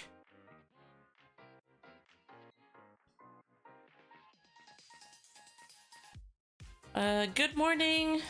Are you a moderator of the server? Moderator response, "Didn't expect to have to moderate there, but yes. I sent a message to Filian regarding the situation. She's asleep right now. I'll relay the case." Okay, this is the same post we've seen. Then Luang Sha replies, "Thank you for this. We definitely did not expect this kind of outcome following yesterday's showcase. Wait, I'll have to wait for Filian and the others' input on this, but I can assure you we would not have knowingly supported this behavior." Of course, should I send a drive and or when Filian and the others are available? You DM'd her already, correct? Correct. Alright, she usually wakes up in 3 hours. When she does, she will either respond to you directly or to me and inform the people who worked on the show the situation. Depending on how she wants to deal with it, you can send the drive to the appropriate person then. I feel like this mod is not doing a good job of taking some weight off Filian's shoulders. First of all, he's given Paige an approximate time to when Filian's gonna wake up, which means that as soon as Paige is gonna be waiting for Filian to wake up like on the dot, and she's gonna be disappointed if Filian doesn't respond immediately. Maybe Filian has like a something planned when she wakes up. Like, you don't usually like wake up and then check your Discord messages.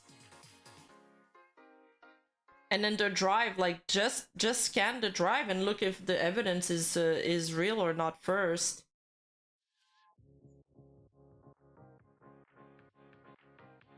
Like, I feel like the mod should come through once to see if this is worth looking more into it. But instead he's just like, oh, he's just passing all of this to somebody else. But if everybody on the mod team passes this to somebody else and somebody else and somebody else, and nothing's ever gonna get done.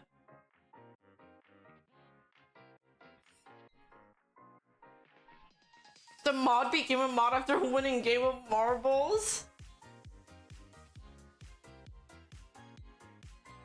When a community gets that large, it's really hard to know who is a bad actor. It's like trying to hurt cats, not really going to work. Yeah, dude. Man, sometimes I am more... Discords are so difficult to manage, so difficult. Sometimes I'm just like, I should shut down my Discord server. But I do like my community, I do like it. And I hope it's gonna be there for a while. We got 2,000 members, so yeah.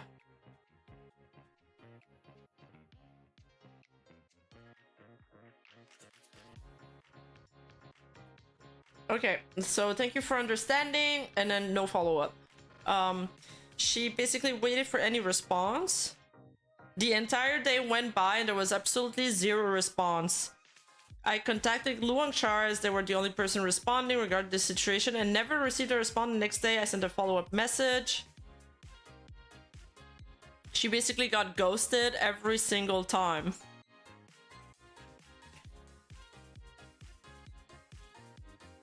So they saw but didn't respond. I sent long messages expressing my disappointment on the lack of action being taken as a little child PDF is in the community. No response, but I'm now blocked. Funnily enough, another victim of Striker joined the server in question, exposed Striker in the server. This was when I brought things into the server, expressing how the moderators failed to take action on a danger in the community was a history of child grooming. Well, if you barge in attacking somebody, it's not going to be taken, you know, properly. The moderator, Make Her Win on Discord, considers this as drama and asked us to DM him. We DM him only to find out Luangshan had never sent the situation to the moderators, and Microwin dismissed and banned both me and the other victim in question by telling us to send this into the police, despite me telling him I already have. I ended up joining Filian's main server and found out Filian had been active in the main server as well as Luangshar. They had been ignoring me the entire time. I am disappointed by the lack of concern Filian has for the safety of their community, as well as the moderator dismissing such a serious situation. I also found out of Striker Dawson being involved in a talent show from an anonymous user who was banned from the talent show server due to being a troll account. Now, before any people say it, no, I'm not looking for clout, attention, or anything of the sort. I find it so ironic when people say real children aren't harmed until they are harmed, and looking for help only to be dismissed just because of being a child. These are pretty serious allegations. I feel like they should look into it if this person claimed to have evidence, though. At first, I thought this would be a nothing burger. I mean, I haven't seen the evidence, that's the thing. But, you do need some tact as a mod, because you are going to get screenshotted a lot. People always put the blame on moderators. They've got the shittiest job ever.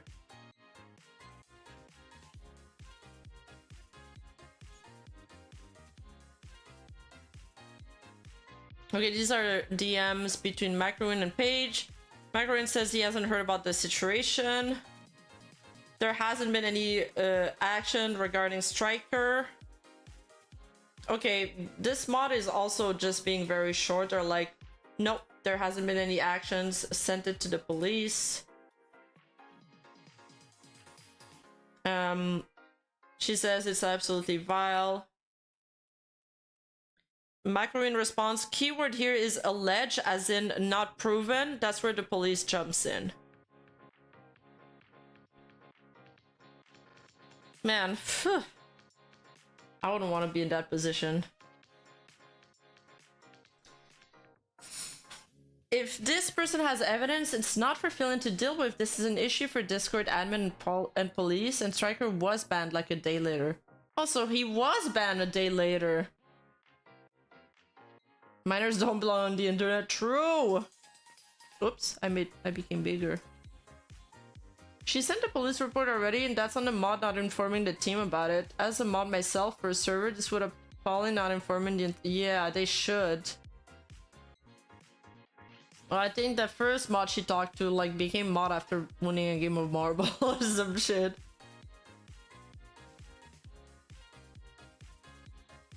Yes, the Nendoroid has been flat out cancelled for now, unless they draft a new model, a new contract, perhaps.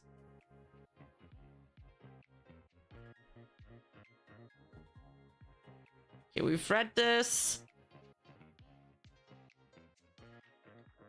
Okay, to add on, the moderator who banned me in question called the situation cringe.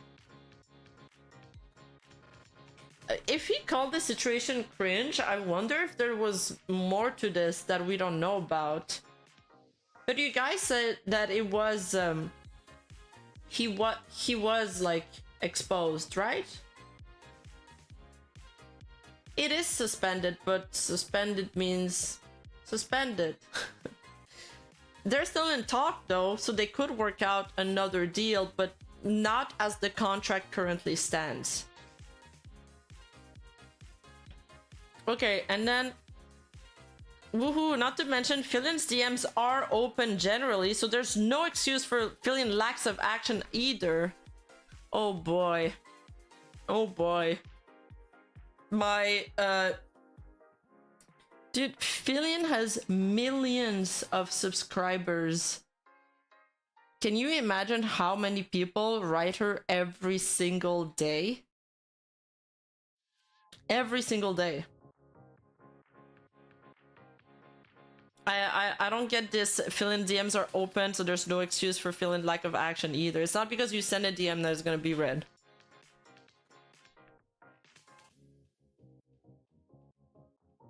Yeah, hot cringe kept me up, unfortunately. Oh, okay, that's he's mentioning his not moderation stuff. I mean, that guy didn't handle this properly. Chernobyl radioactive level of cringe. Why is he saying that? Yeah, maybe there is more, and I don't know. Okay, and here they post Filian announcement. She says, my DMs are open. Please only DM me if you have something private you need to discuss. Private things include setting up collabs, business opportunities, security concerns, server misconduct, etc. I cannot respond to everyone asking for advice and everyone saying hi. I love reading positive messages though. I feel like the private and security cons, everything that's related to the Discord server, she should just relegate that to the mods. Plus, I don't trust Filian to deal with safety concerns. That's the girl who's like the least safe ever. She breaks stuff all the time.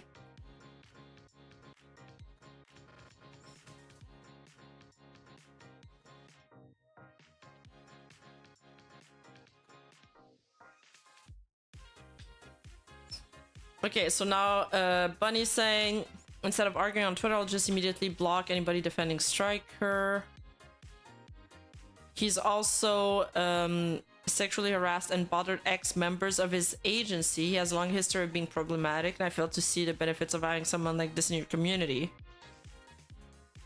To that I'll agree. Not just for his action, but for the safety of Filian's community and in general. Thank you. Please look at this thread. This person is also calling Striker out, and he's also known as Safari Man. And his new account is Catch the Safari. So I'm gonna flag this image because I don't want anyone to see that I was attacked by this man.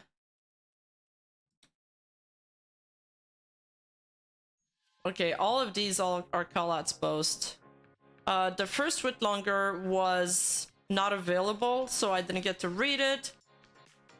This is another one of the tweet longers. I'm so fucking sick and tired of you constantly deflecting and denying what you did to everyone. You're a PDF file. You know what you were doing and you still did it. You want to move on from your past. Apologize to everyone. Delete all social media, including Discord. Turn yourself in. Get off the internet. You want to talk about a mental issue? You want to talk about a shitty past and childhood? What about us? I was abused at the age of 4. Oh boy.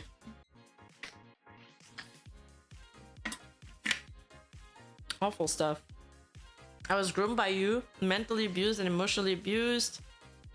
I have to live with that. I have to live with what she did to me, to Bunny, to India, to Mar, to Beatrice. Oh my god, there's so many people involved. To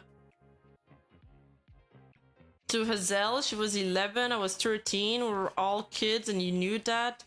I have to live with the guilt of this. I could have stopped you from doing that to them, but I didn't, and I have to live with that. I suffer from anxiety and depression. Depression caused by my anxiety. Anxiety caused by my depression. Minor PTSD. You made me want to unalive myself countless nights. I am angry and I'm hurt, and the worst part about this, a part of me is still trying to find a single ounce of sympathy for your sorry ass, but I can't because I don't feel any for you. I don't care about your mental illness. Why should I? You didn't care when you traumatized us. You didn't care. All you wanted was sexual gratification. You used us. You used us all. Now I see what Mav was desperately trying to warn everyone of. And she's decided to make another part to go more into details of what he did to her. But is there evidence? Did you guys know about this at all?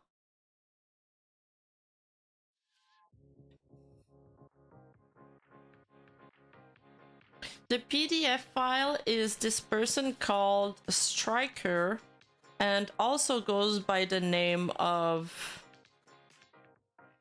the Safari Man and Catch the Safari Man. I mean, if he's been... And the other... Sorry, I'm gonna skip some stuff because I'm not gonna be able to read everything because my throat is too dry right now, but...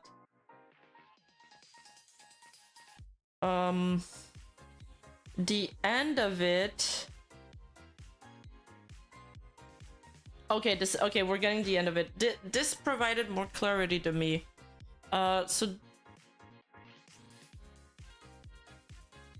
Stryker made a response to the situation. He starts his claim off lying, stating he didn't know any of the victims involved. This is in fact inaccurate, but of course he does this to cover his ass.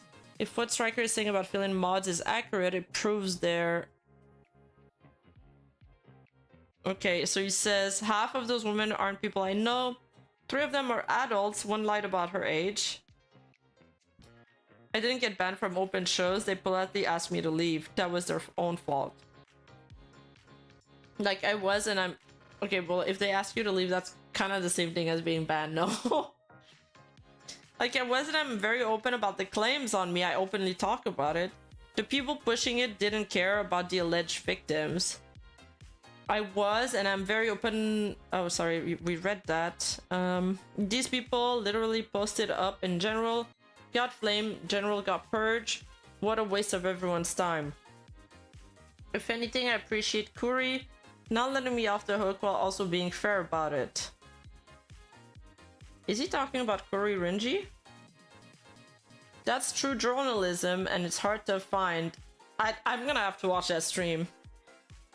Kuri Rinji is actually really good at digging into random people background. Yeah, I wasn't kicked out, I was politely asked to leave. What the hell is this? Security kick you out, but this is a virtual talent show. I don't think they have security. I'm eccentric, I'm really strange, I'm a danger to your mental health, but at the end of the day, I don't groom kids. Okay. He doesn't seem like a savory individual either. Yeah, I guess it's my turn to fess up. Pops told us about burner alts trying to join Filian's server to start shit, and it clearly shows her mod don't care. The fact that she has to use alt accounts to invade a server is sad and desperate. This isn't how innocent people act.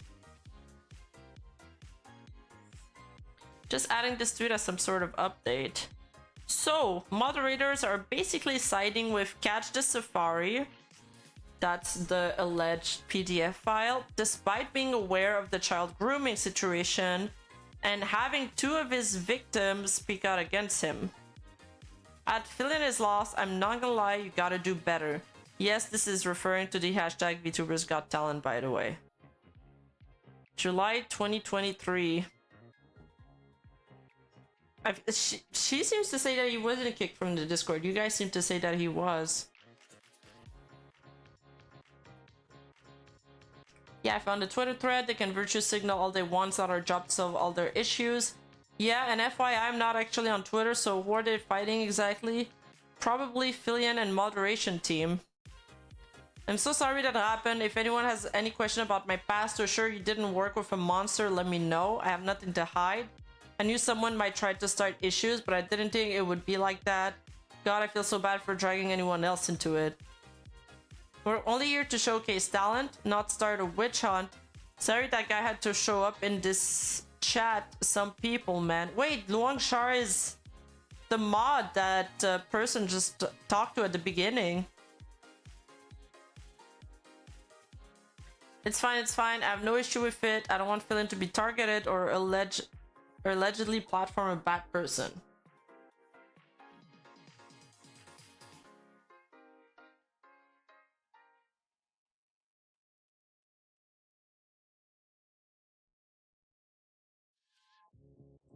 Hey, just wanted to ask if you were aware of 2 people joining the Discord last night with fairly harsh accusation against you, trying to get you removed from the server. The mod team wants to know if this is going to be a one-time thing or if they should be further concerned with future uninvited people raiding server and start problem with you or other contestants. Bro, this guy is not worth the trouble. Just honestly, just kick him out of the server at this point. It's not worth fighting his battle. If he has that many people that are levying these serious accusations against him, I mean, when there's smoke, there's fire somewhere. It might not all be true, but is it really worth it to keep this person around? I don't think so. Which server, and did you have names? If you mean Filian main server, I had no idea. But these people are upset I got to perform and are likely to try to get me kicked out. I've addressed the accusation. The people that I refuted refused to respond to them, despite being given every resource imaginable to report it to the police, if they truly feel a crime or harassment took place. Oh, okay. I see. No, I don't think he's ever been a mod. Somebody claimed he was a mod, but I don't think he is. As this person says, the mod team wants to know if this is going to be a one-time thing. Doesn't seem like it. He just participated in a talent show. I'd like to apologize because I didn't know that these people would incite it further. I came to perform, that was it. I'm sorry if anyone else causing y'all trouble. Bro, like... How many people are in Filian's Discord server? Do the mods really... The mods have to pull all of their resources and time fighting off, like, these server rages to protect that guy? Why?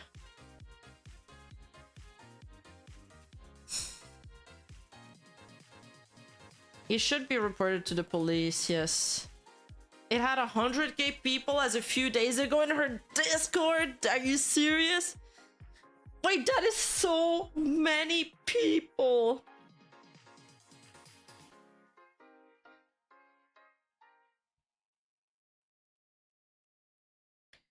So that wraps it up. I don't know what to think about this. I really don't know. This is so deep. I'd probably have to do more research on this. I kind of just reacted to this on stream. But if I'm gonna be completely honest, I don't know who's telling the truth here and who's lying, and I would need to come through a lot more information to make up my mind on this. It may not be. I don't think it's necessarily fake. I am just saying that I don't know whether it is or not. I saw an interesting thread on the VTubing community that kind of summarized almost everything that we spoke about today. So this is why VTubing sucks sometimes. Yeah, the Striker Dawson thing requires a deep dive of its own. And if you guys are interested in it, I might look into it because I'm curious now. And I think I know where to look to find all of this information. I just need a tiny bit more time off stream to look into it. In the message that we scoured through, there was no evidence ever shown a Gobi. Which is one thing I didn't like. I don't like that. I think it sucks that victims have to provide proof. It sucks, okay? But if we don't do that, then it becomes a game of he say, she say, and it's like impossible to figure out who's telling the truth. So unfortunately, it's got to be part of the process. So Mama Remedy made a thread today, and I thought she worded things pretty good about the things that no one mentioned when I started VTubing. Negativity is a standard. Many people normalize this and villainize positivity. They'll often actively seek to create conflict and genuinely disdain innocent people who don't project cynicism. Okay, this first part, I'm not sure I totally agree with it. I think... I don't think most people villainize positivity. I think a lot of people preach positivity, but then don't act in a way or that is positive. Cliques are staple in every community, agreed. But unlike in many cases where they generally just exclude others, many here actively coordinate attacks, sometimes against someone that only one even dislikes. Bullying will happen loudly, but it most frequently happens quietly. Yes. I agree about this. And you may never confirm it, even as a victim, unless one or more people are ejected from the circle and consequently expose the bullying. Kind of what happened with the Kenji thing. People are extremely comfortable taking their personal issues, insecurities, and opinions out in the form of disparaging others. This can quite often be seen in the form of X type of people get attention they don't deserve and I get nothing. Many VTubers treat VTubing as a hobby, which is great. It's also a potential form of alternative or supplemental income for people who cannot work as a traditional job for personal reasons, or like many don't make enough from their main job. Unfortunately, some of the former will treat many of the latter and vice versa with hostility when their objective and interests don't align. This is one of a few creator communities I know that will actively disparage and mischaracterize you for trying to separate your persona from your personal life or having professional priorities over social ones, despite also wanting an income and suffering unduly from social obstacles of their own making. In spite of the often cited diversity in the community, people will frequently generalize others within it and attribute their actions or behaviors to stereotypes constructed solely for this community by this community while considering themselves and select others exceptions. Like, yeah, it's a wall of text, but it's not that many words, it's just separated. That is so true. Only in the VTuber community there are terms that they've invented only to insult others, like dramatubers. I don't hear the word dramatuber in any other community except here. It's only used to insult other people with content, those who they deem the content is not good enough. I mean, same with all kind of words. Beggars and all of that. Tourist. Tourist is a good one. Very true. I thought dramatubers were react channels. No, they're called react channels. Or commentary channels. Or, yeah. Do most people, these people posting these stream or create content just tweet? A lot of them just tweet, some of them do create content. People are I like this part. People are much more outspoken in hostilities than supportively in conflicts. I mean, yes, it's easier to bandwagon than to defend somebody that is receiving backlash or that's in a conflict. Once people are in the conflict, it's kind of like to each their own. If you cite a legitimate issue, you can almost bet people will appear to attack one or another, even on your behalf, without your consent, distorting the point beyond recognition. And that's something, this part, I see it more in very large VTubers, like the Whole Life Girls. This happens a lot where,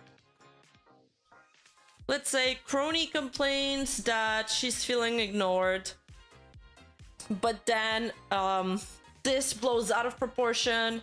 You know, she gets clipped out of context, and then people start speculating that maybe her manager is not taking care of her enough. Like, I'm just saying random stuff, but like, maybe it's her main manager, and then people get mad on her behalf at the manager, or maybe it's because of those type of fans and they're doing this to her, so they're making her uncomfortable during this stream, and it devolves into a fight or a war that she never asked for. She was just venting, so it makes it so these creators have to be extremely careful about what they say. Rarely will those people speak up for you or support you. However, if you and your character come under attack by a large enough individual or group, plus terrible people almost always come back after malicious behavior is brought to light. Redeemable people more commonly succumb to the social pressure of criticism and scrutiny and collapse under the weight of it. This is one of few communities where toxic people, even proven PDF files or bullies, are often less widely villainized than those previously labeled wholesome, which really protects people who exhibit toxic or abusive behaviors openly by normalizing them by comparison. Not sure I totally agree with this part. The bully part, maybe not. Okay, maybe she's right about that one. But the PDF file, I feel like we hate them a lot. No? I feel like we do. I mean, we've just read like 20 pages about one dude.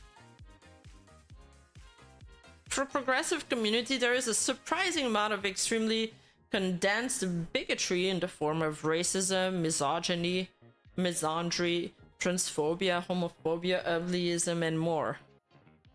A disproportionate amount with a lot of microaggressions that people often ignore or excuse. I feel like this is in every community though. I've been in a few communities before that and it's all that bad. it's all bad. But I say the VTubing community has a lot more drama and cliques than others. And there's a lot of backstabbing, an insane amount of backstabbing from multiple people. It's like it's very animalistic. You think you have a regular conversation with another VTuber, casual conversation, but they're like furiously trying to gather ammo, or they're like saving everything that you say just in case they can use it later. I've heard that from countless sources. Perfect strangers who never interacted with you will very boldly dictate you their demands. Okay, that happens to me all the time. All the time, people try to tell me what to do, what they think you believe, and how you need to behave without knowing a single thing about you, your identity, your beliefs, or your personal life based on you or your avatar. Yeah, true. There's tons of well-meaning people in the community. They tend to be quiet and don't get involved in most issues, which is probably how they maintain their integrity, but they're hard to seek out. I mean, okay, I'm not gonna read the rest, but there's a lot of creators that aren't really involved in any controversies and that do very well. It's just we're not thinking about them right now because controversies and negativity is always what stays at the forefront of somebody's mind. She forgot to add at the end of all this, anyone can preach from a soapbox. Well, what does that mean? That's the first time I hear this. I think it's because of how rapidly the VTuber community expanded from small circles in Japan into worldwide fandom in like only 6 or 7 years. Could only also be because half of the community is fucking teenager.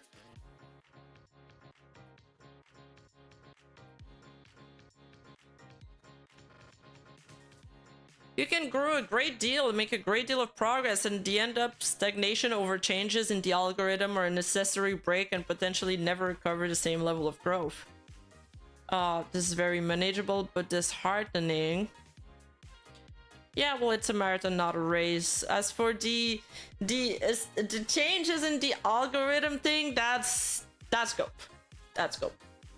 Yes, you can complain about being shadow banned and how the algorithm has changed, but you need to adapt your content to the algorithm. And good creators are the ones that are able to ride multiple waves of hype from different...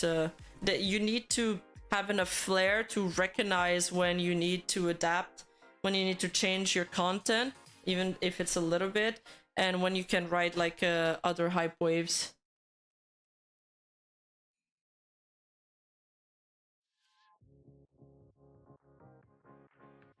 The world changes, algorithm aside. That is true. Okay, that's a good point, actually. So, you're making me think right now. I'm kind of thinking on the spot.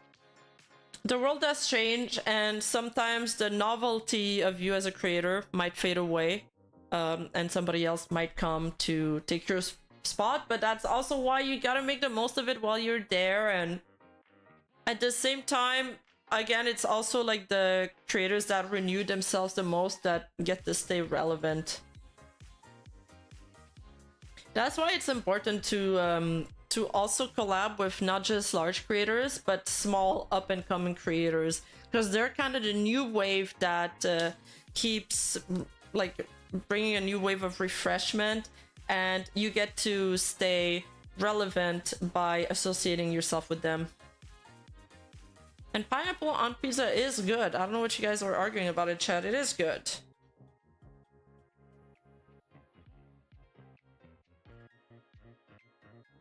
People can be super hostile about you having personal preferences, and discomforts is one of the few places where you can be mobbed just for stating a perfectly understandable boundary.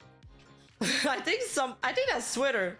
I think somebody tweeted, and I thought that was funny. Twitter be the only place where you're like, I hate PDF files, and people attack you for it.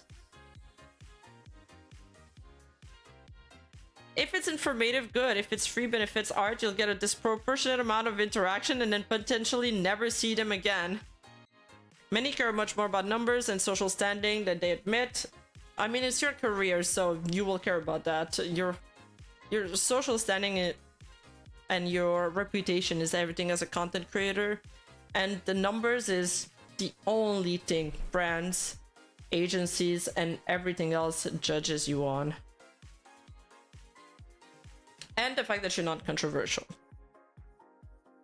Many VTubers live in a constant anxiety of being judged, misinterpreted, or cancelled to the point where they start self-sabotaging by never posting their creation or interact, or quit altogether. That is true. Sometimes there's so many things that stay in draft because I'm scared of being misinterpreted or cancelled, and I can see this fear of getting cancelled very prevalent in the content creation sphere.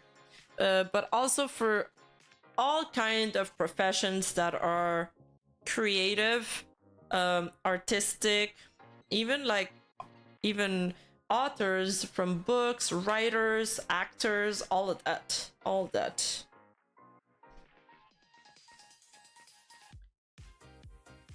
I still enjoy VTubing as a medium, and a great many people I've met through it, and I still meet every day. I'm who I want to be and limit how much I interact with others to keep myself sane. But for the average new person, it's hard not to be overwhelmed when you come unprepared. So, what do you guys think? I'll be right back. Give me 30 seconds.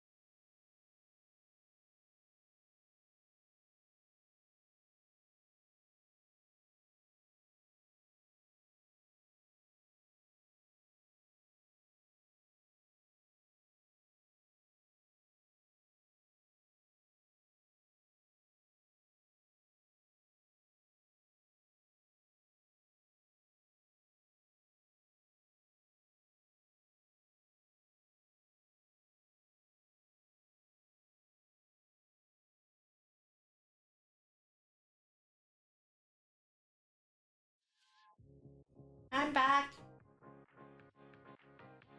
Pineapple on pizza is known as Hawaiian pizza. This is actually a Canadian invention. Wait, is it? Canadians are dangerous. Yes, that's why you should respect us. The stream stopped buffering, huh? That's so odd. So odd. We're so bad, guys. And also, let me move. Where should I go? Here. Alright, so the other day, was it a VTuber full moon or what? Because we got, on the right here, we got Mika Neko cosplaying as Rusia Uruha. I don't know why, but this looks familiar. And on the left, we have Bread is Rai cosplaying as Yuko Yurei. What is going on? What was going on yesterday?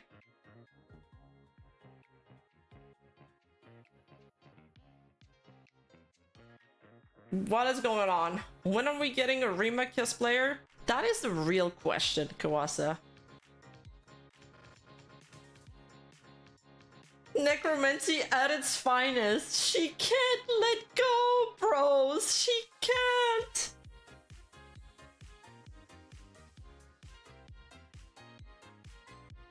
It was VTuber cosplay day? Yes, this is Mikaneko as Rusia. Mikaneko does pull the Rusia look off very well. Imagine Mafu must be getting PTSD. This is allowed, yeah.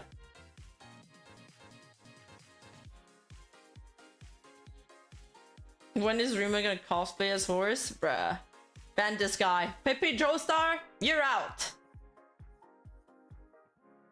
Rusia, come back, my beloved. She's crazy. For all we know, that was the happiest moment in her life. Dude, it probably was until it all came crashing down. For sure, Rusia missed those days. 100%. When Sayu, even after everything Sayu went through with Niji Sanji, she still says and claims that if she could, she would go back to it. Like, if she could go back in time, she would do it, because she often speaks about how it's never the same just having that many eyes on you. The level at which you're operating is just totally different than being indie.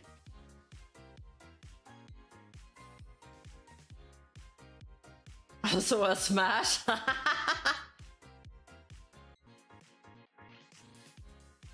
If you aren't a horse girl, what kind of ears are those? Listen, I plead the fifth.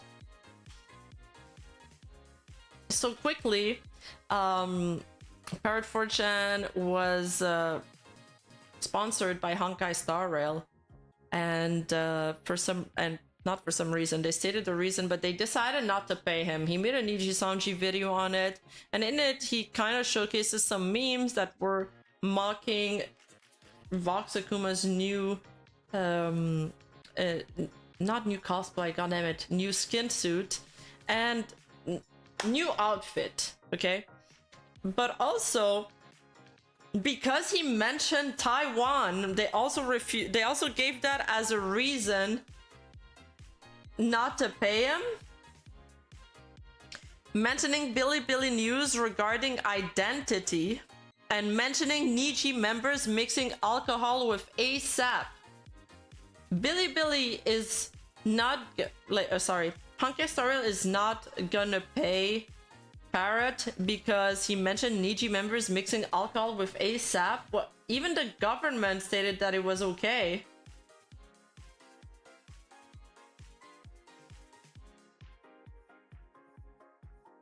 Why are they trying to control that narrative is what I don't understand. And I'm gonna show you guys something else.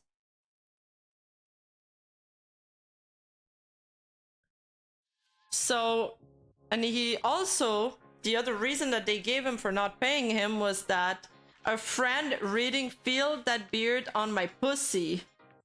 3 question marks. And on that note, okay, I asked for help for this one, so take it away, Rima. I'm sorry for what you're about to read, Adams. I apologize for the explicit words, but I want to feel that beard on my pussy! Niji Spy here. Selen's graduation will be announced. I was that friend. I'm sorry, Parrot.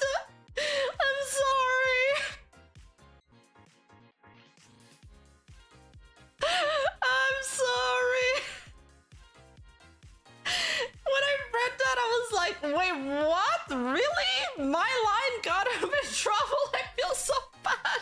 And he's the one who told me to read it, but still. Yeah. What's You guys didn't expect that, did you? Yeah, worth it. I'd say worth it.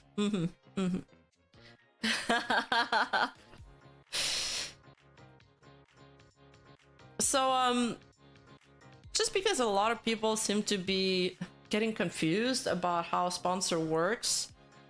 And, hey, Lugia! Thank you for the membership. On brand size queen. Oh, you.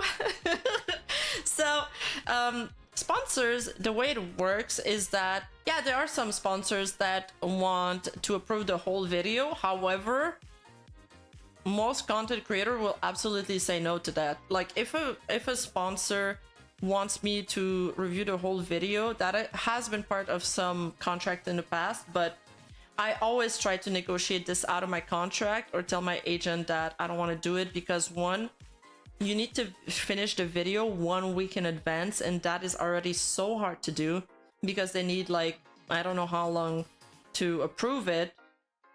The process of approval is tedious, and 3, you don't want somebody else to dictate your content. It's not worth it, and if they are going to dictate your content, they need to pay you for the full video. But most sponsors only want to pay for the 90-second integration, and 90-second integration and the full sponsor videos are two different, very different prices. It's a full video, a 10-minute one, 10 minutes or less, is at least double, if not triple of the price. Now, when it comes to sponsors like this, what you do is they send you the talking points, you make your ad sequence in it, and then they send it to you. And then you send it for approval, they tell you what you want to change, and then you approve it again, and that's it, that's all. You tell them when it's gonna open, they tell you what to pin, etc. The thing is, yeah, some of the briefs will be like, oh, don't talk about racist comments, don't do this, don't do that, you know, don't use somebody else's IP, don't use licensed music, stuff that is pretty logical, so they're easy to follow. And then some sponsors, they don't even give you any direction, and you're free to do whatever.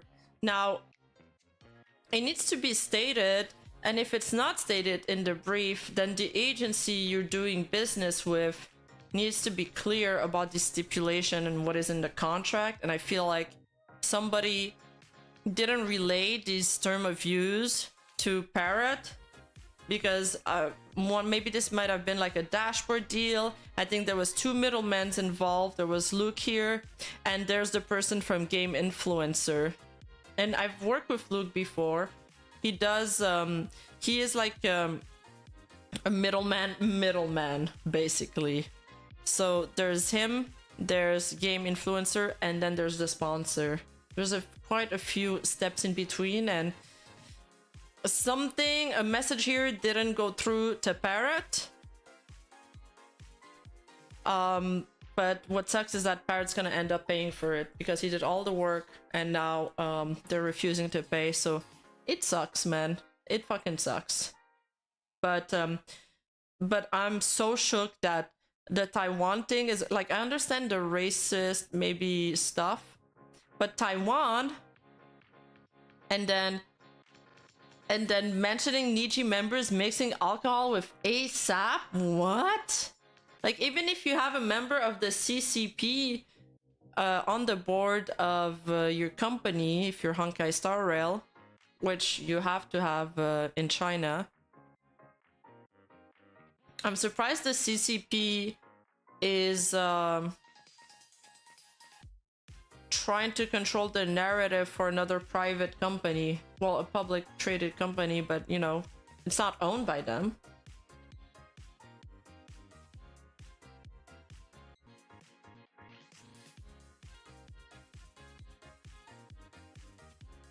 But yeah, sponsors are assholes sometimes. There are no private companies in China? Oh, okay, well, maybe that was my mistake then. How bold of me to believe in a private entity.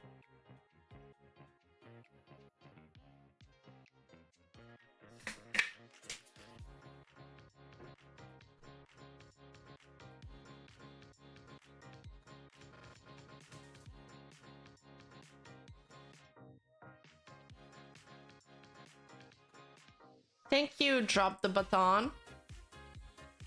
Very sweet. So, I found this really interesting story about Nintendo. It's very short, but it's also wild. So, the Nintendo... Dude, Nintendo is so scummy! Nintendo shareholder meeting happened, and there was a Mario cosplayer in Japan who was accused of sending lewd images to minors. The shareholder wanted to know what Nintendo can do about incidents like this, but the question was censored in the official transcript of the event. Nintendo pledges quote-unquote action over inappropriate use of its characters, so players not made to feel uncomfortable. So that's completely separate, and it's got to do with... What's her name? Is that Bowsette? And the readers added context to this and said the statement was in response to a question from the shareholder meeting in regards to a Mario cosplayer in Japan accused of sending unsolicited lewd pictures to a minor. The official English translation of the meeting removed this context along with some other alterations. I've attached tweets from people who were live tweeting the event along with the official transcript from Nintendo below. That's crazy that they've tampered like the transcript because they wanted to try to hide that. It's very messed up. I mean, I think the hiding part is what is messed up, not... I mean, they don't have control over that Mario cosplayer. Nintendo seems to have made other changes to the transcript as well. For example, they removed mentions of Apple plus iPhone in the question about AI, and YouTube in the question about leaks. Instead, I wonder if the question about leaks is because recently there's been a major leak and a major data breach that happened on the equivalent of YouTube. Wait, is Nico Nico Japanese? So Nico Nico, oh my god, I can't speak. Nico Nico is a Japanese video hosting service, and so it's like the YouTube of Japan, okay? It's huge, it's absolutely huge, and they got leaked, like all of it, like everybody that's it's like if YouTube got hacked and everyone who's ever worked with YouTube, all the creators that are monetized, that submitted their tax info, all of it, all of that data is leaked. So I'm assuming, I'm not sure, that the question may be in regards of YouTube safety concerns, like could this happen on YouTube? Obviously people are concerned in the wake of the story. It was huge in Japan. Instead, they make vague references to smartphones with AI and other companies. I'm wondering if this is normal for companies to change things in their shareholder meeting transcripts. And now I'm wondering, now my first thought is, I wonder if Nijisanji changed anything in their shareholder meeting transcript. I did pronounce it like Weekend Echo.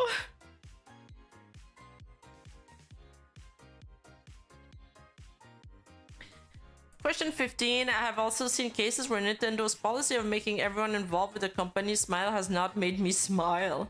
I have also heard stories of cosplayers of Nintendo IP sexually assaulting minors on social media. There are also victims of malicious influencers and aggregator sites. I would like to hear what kind of messages will be sent out to reduce cases of people losing their smiles.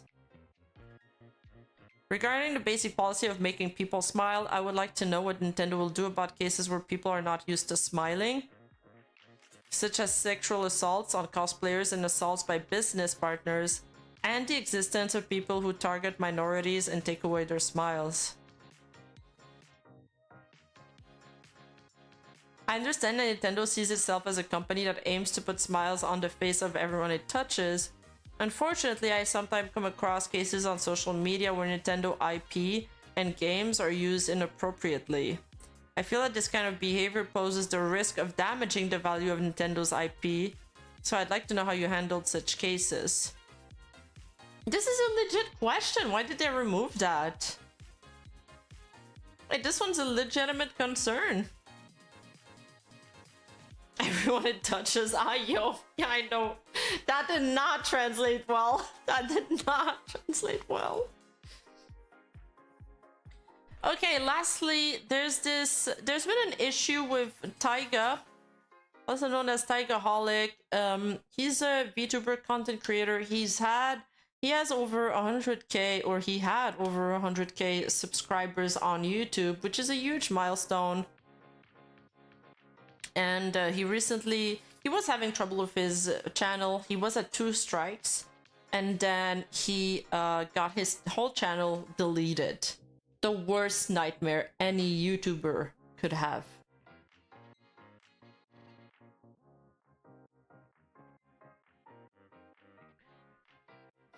And not only that, but he also got his second channel banned for ban evasion. I made this channel a year ago, meaning it was created before I was banned and before I even received my first strike on my main channel. I didn't even have time to appeal my second strike before YouTube just deleted my first channel, mind you. I don't even know what my third strike was on, or if I even received one before being terminated. This new channel had 2 videos uploaded to it, both clips from my Twitch and both posted before my first channel was terminated.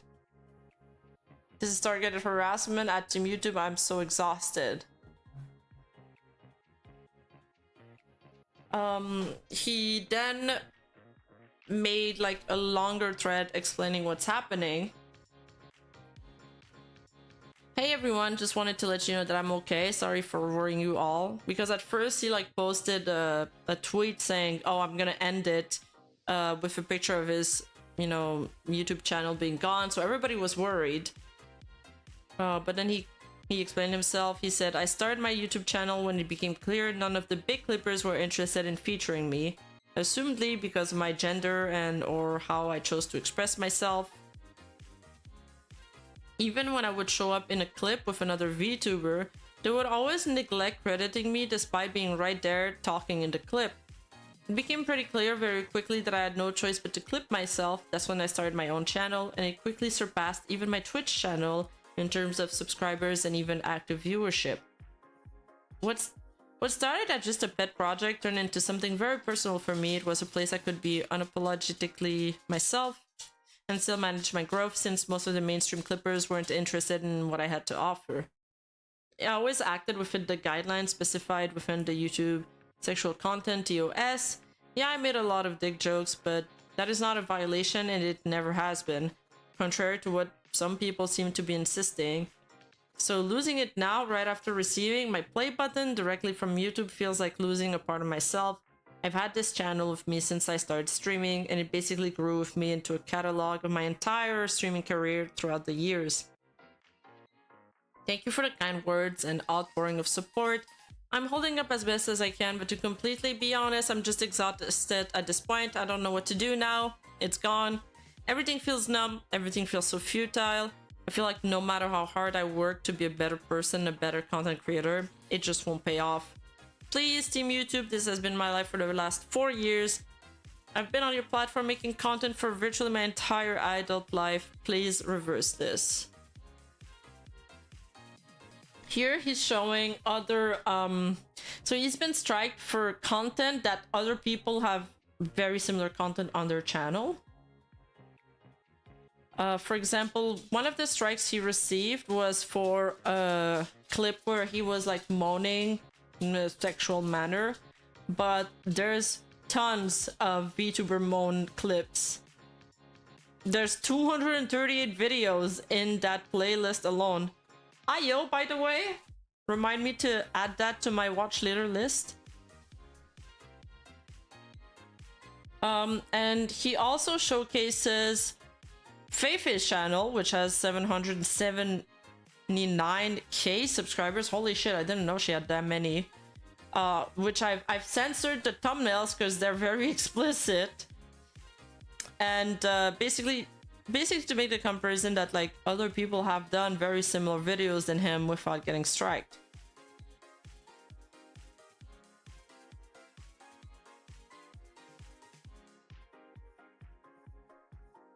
YouTube isn't interested in fixing this problem. It costs dollars to hire human moderator reviewers. I hate that everything on YouTube is moderated by bots. Please hire real people, I beg you. Just to be clear, me showcasing examples of YouTube clearly allowing the content they supposedly banned me for isn't to attack other creators. It's to show I shouldn't be banned for creating the same content. Please stop trying to start drama where there isn't any. I want to believe no one in my community is going off to harass other content creators, especially not ones I'm literally mutuals with. But in case it needs to be said, don't. It doesn't help anyone. Wait, channel name Death by Fist? Wait, where? Oh, you're right! What the hell? YouTube's human review means a human pressed the button to start the bar review. Actually, so real.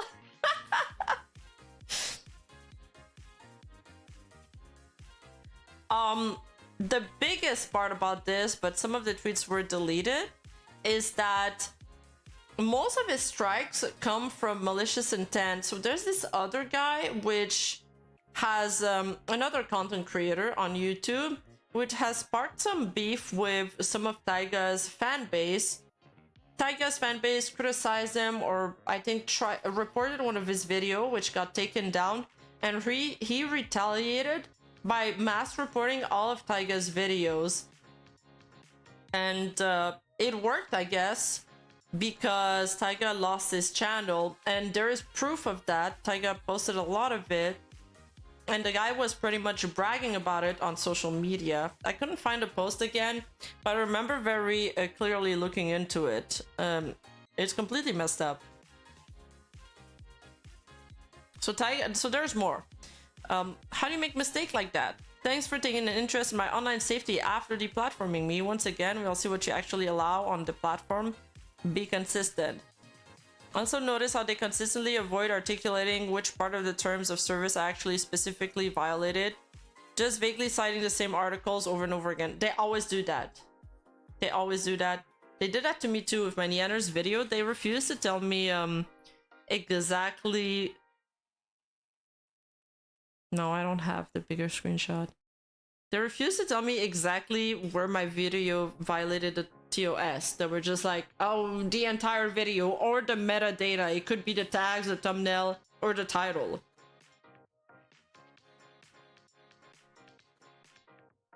I want to move on with my life. I want to grow as a person, make a real name for myself. I want to live.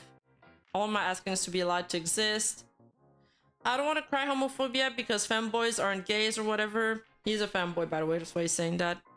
But at this point, I'm running out of explanation for how only my content could violate your TOS. And so they reinstated his channel.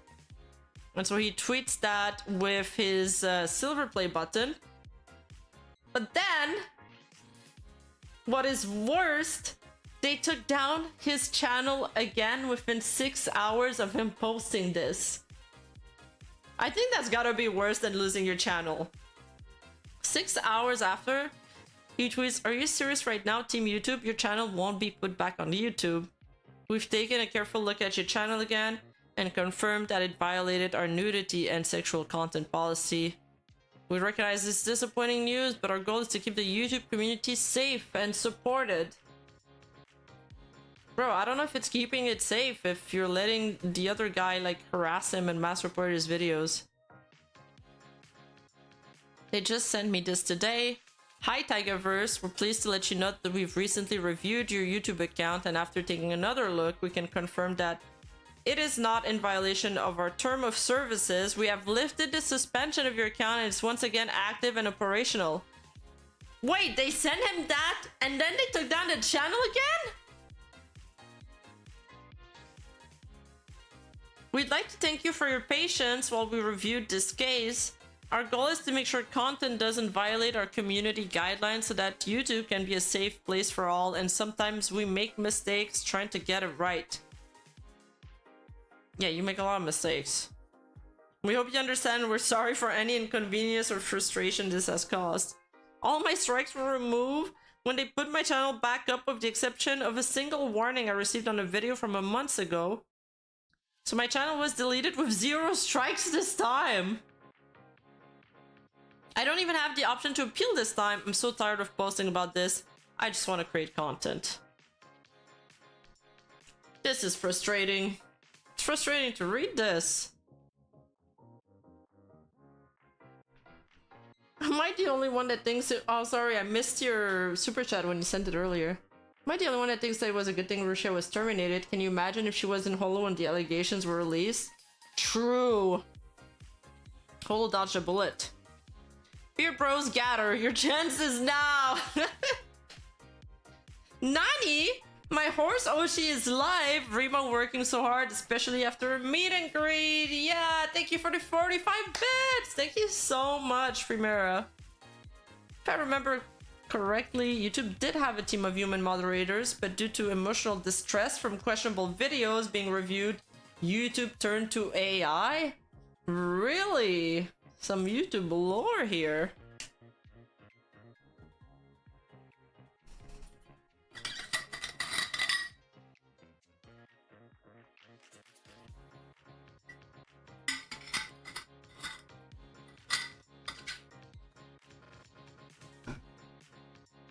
This has crossed the line for me. A toss that is only enforced against those unfortunate enough to develop enough obsessive haters that want to spam report your video is not a fair TOS. This is not an equal playing field. Because like I explained, he was mass reported by a hater. More like an obsessive stalker almost. The guy looked... his account got suspended, I think, because all the tweets were deleted, but it was really weird. It was not rational behavior, that's for sure.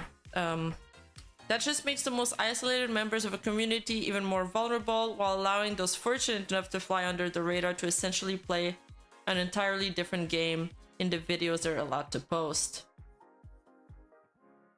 You cannot let bots run 90% of the moderation on your platform and expect a good and equal user experience. This is not equality. This is not fair. It's utterly arbitrary when or if something will violate your policy, and that is unacceptable. You're literally enabling harassment against anyone who isn't making you enough money to ignore. Now they also delete channels that have like millions of subscribers. Anybody could get hit. Like that Red Pill podcast that was kind of hateful. They were huge. They were like the 3rd or 4th biggest earner or some shit. They farmed a lot of super chats because hatred farms a lot of money, and they also got banned from YouTube. Like, advertisers don't want to fuck around with that, and YouTube has had a time and place where all the advertisers pulled out, and YouTube is so scared of this happening again. Yes, Fresh and Fit, yeah. Fresh and Fit got their channel donezo. They done, and now they're e-begging for their fans for more money. I don't want to cry. Okay, we've read this. So this is the email they sent him. They claim he was he repeated or severe violation of our nudity and sexual content policy. We understand that your channel was recently reinstated after initial termination. However, upon further review, it was confirmed that your channel was incorrectly reinstated. When it is found that an action is taken in error, we quickly fix it. We understand this news may be disappointing and apologize for any confusion caused by the temporary reinstatement of your channels. Staying safe online. You mentioned that you are continuing to experience issues with others on the platform and had concern that your content was being flagged by users trying to have your videos removed. As a reminder, content can be reported at any time once uploaded to YouTube and will be removed if it's found violating our policies. That said, if no violations are found by a review team, no amount of reporting will change the outcome of the video will remain on the platform. Jesus. How depressing. I mean, if I'm gonna be critical of him, I'd say after one strike, like YouTube really cracks down on sexual content. There have been cracking down on ASMR artists. And as you guys can see with Niji Sanji and with even V4 Mirai, like ASMR VTubers, they received one strike, and after that you have to play it so safe. You have to private and remove all of the videos that could put you at risk, like immediately. You don't fuck around with that because YouTube is unhinged. But at the same time, YouTube, their moderation sucks, okay? It just does. In other news, another VTuber got targeted on Twitch. She got suspended for being youth risky. She's not a minor, so no one really understands why. It just says that they removed her content as it includes elements that could put you or someone else at risk. This includes content that could encourage inappropriate attention toward people under 18. And she got a 7-day suspension, but the weirdest part was that where the violation occurred, it was in public or private chat messages. So it's something chat said, or what, it was a whisper? I thought they removed whispers.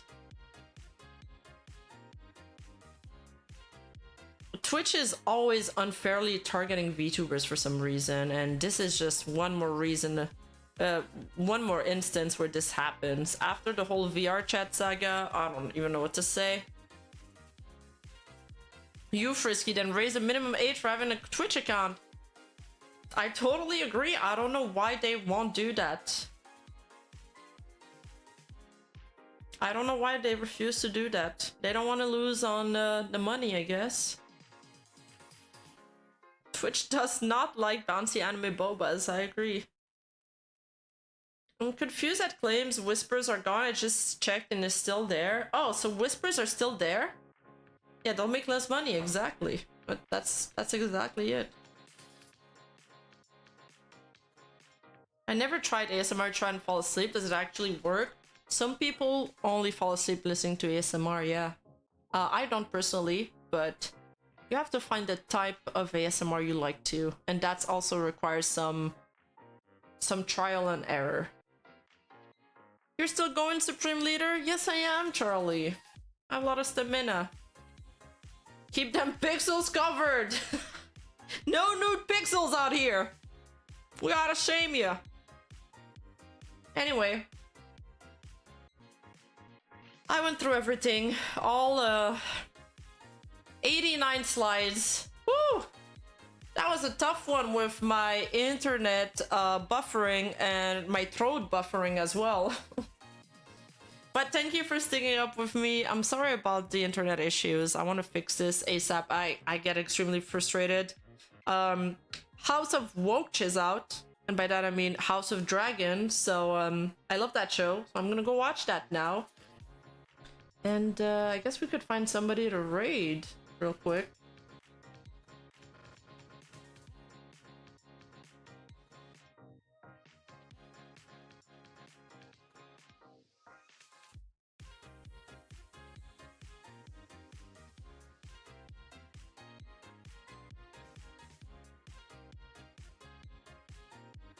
Sayu's on. Sheena's live and it's her birthday.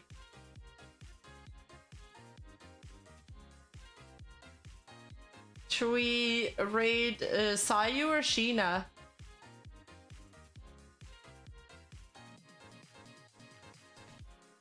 Thank you for sticking around, guys. And thank you for all the gifts, the subs, the views, the chatters. I think Sayu's on you. Oh, yeah, I can raid too, huh? Sorry for calling me a spicy cat. That's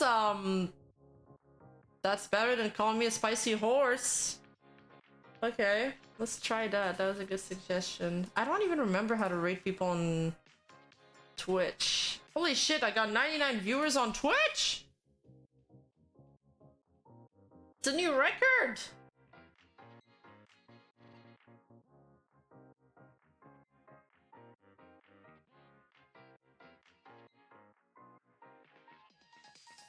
Okay.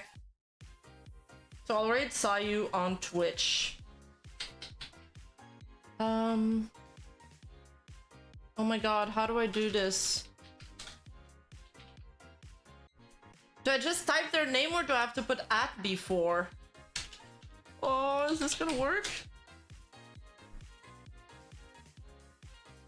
I think it works. It's working! It's working! I did it! Alright, bye chat! Love you guys! Have fun! Say hello to the 2 girls from me!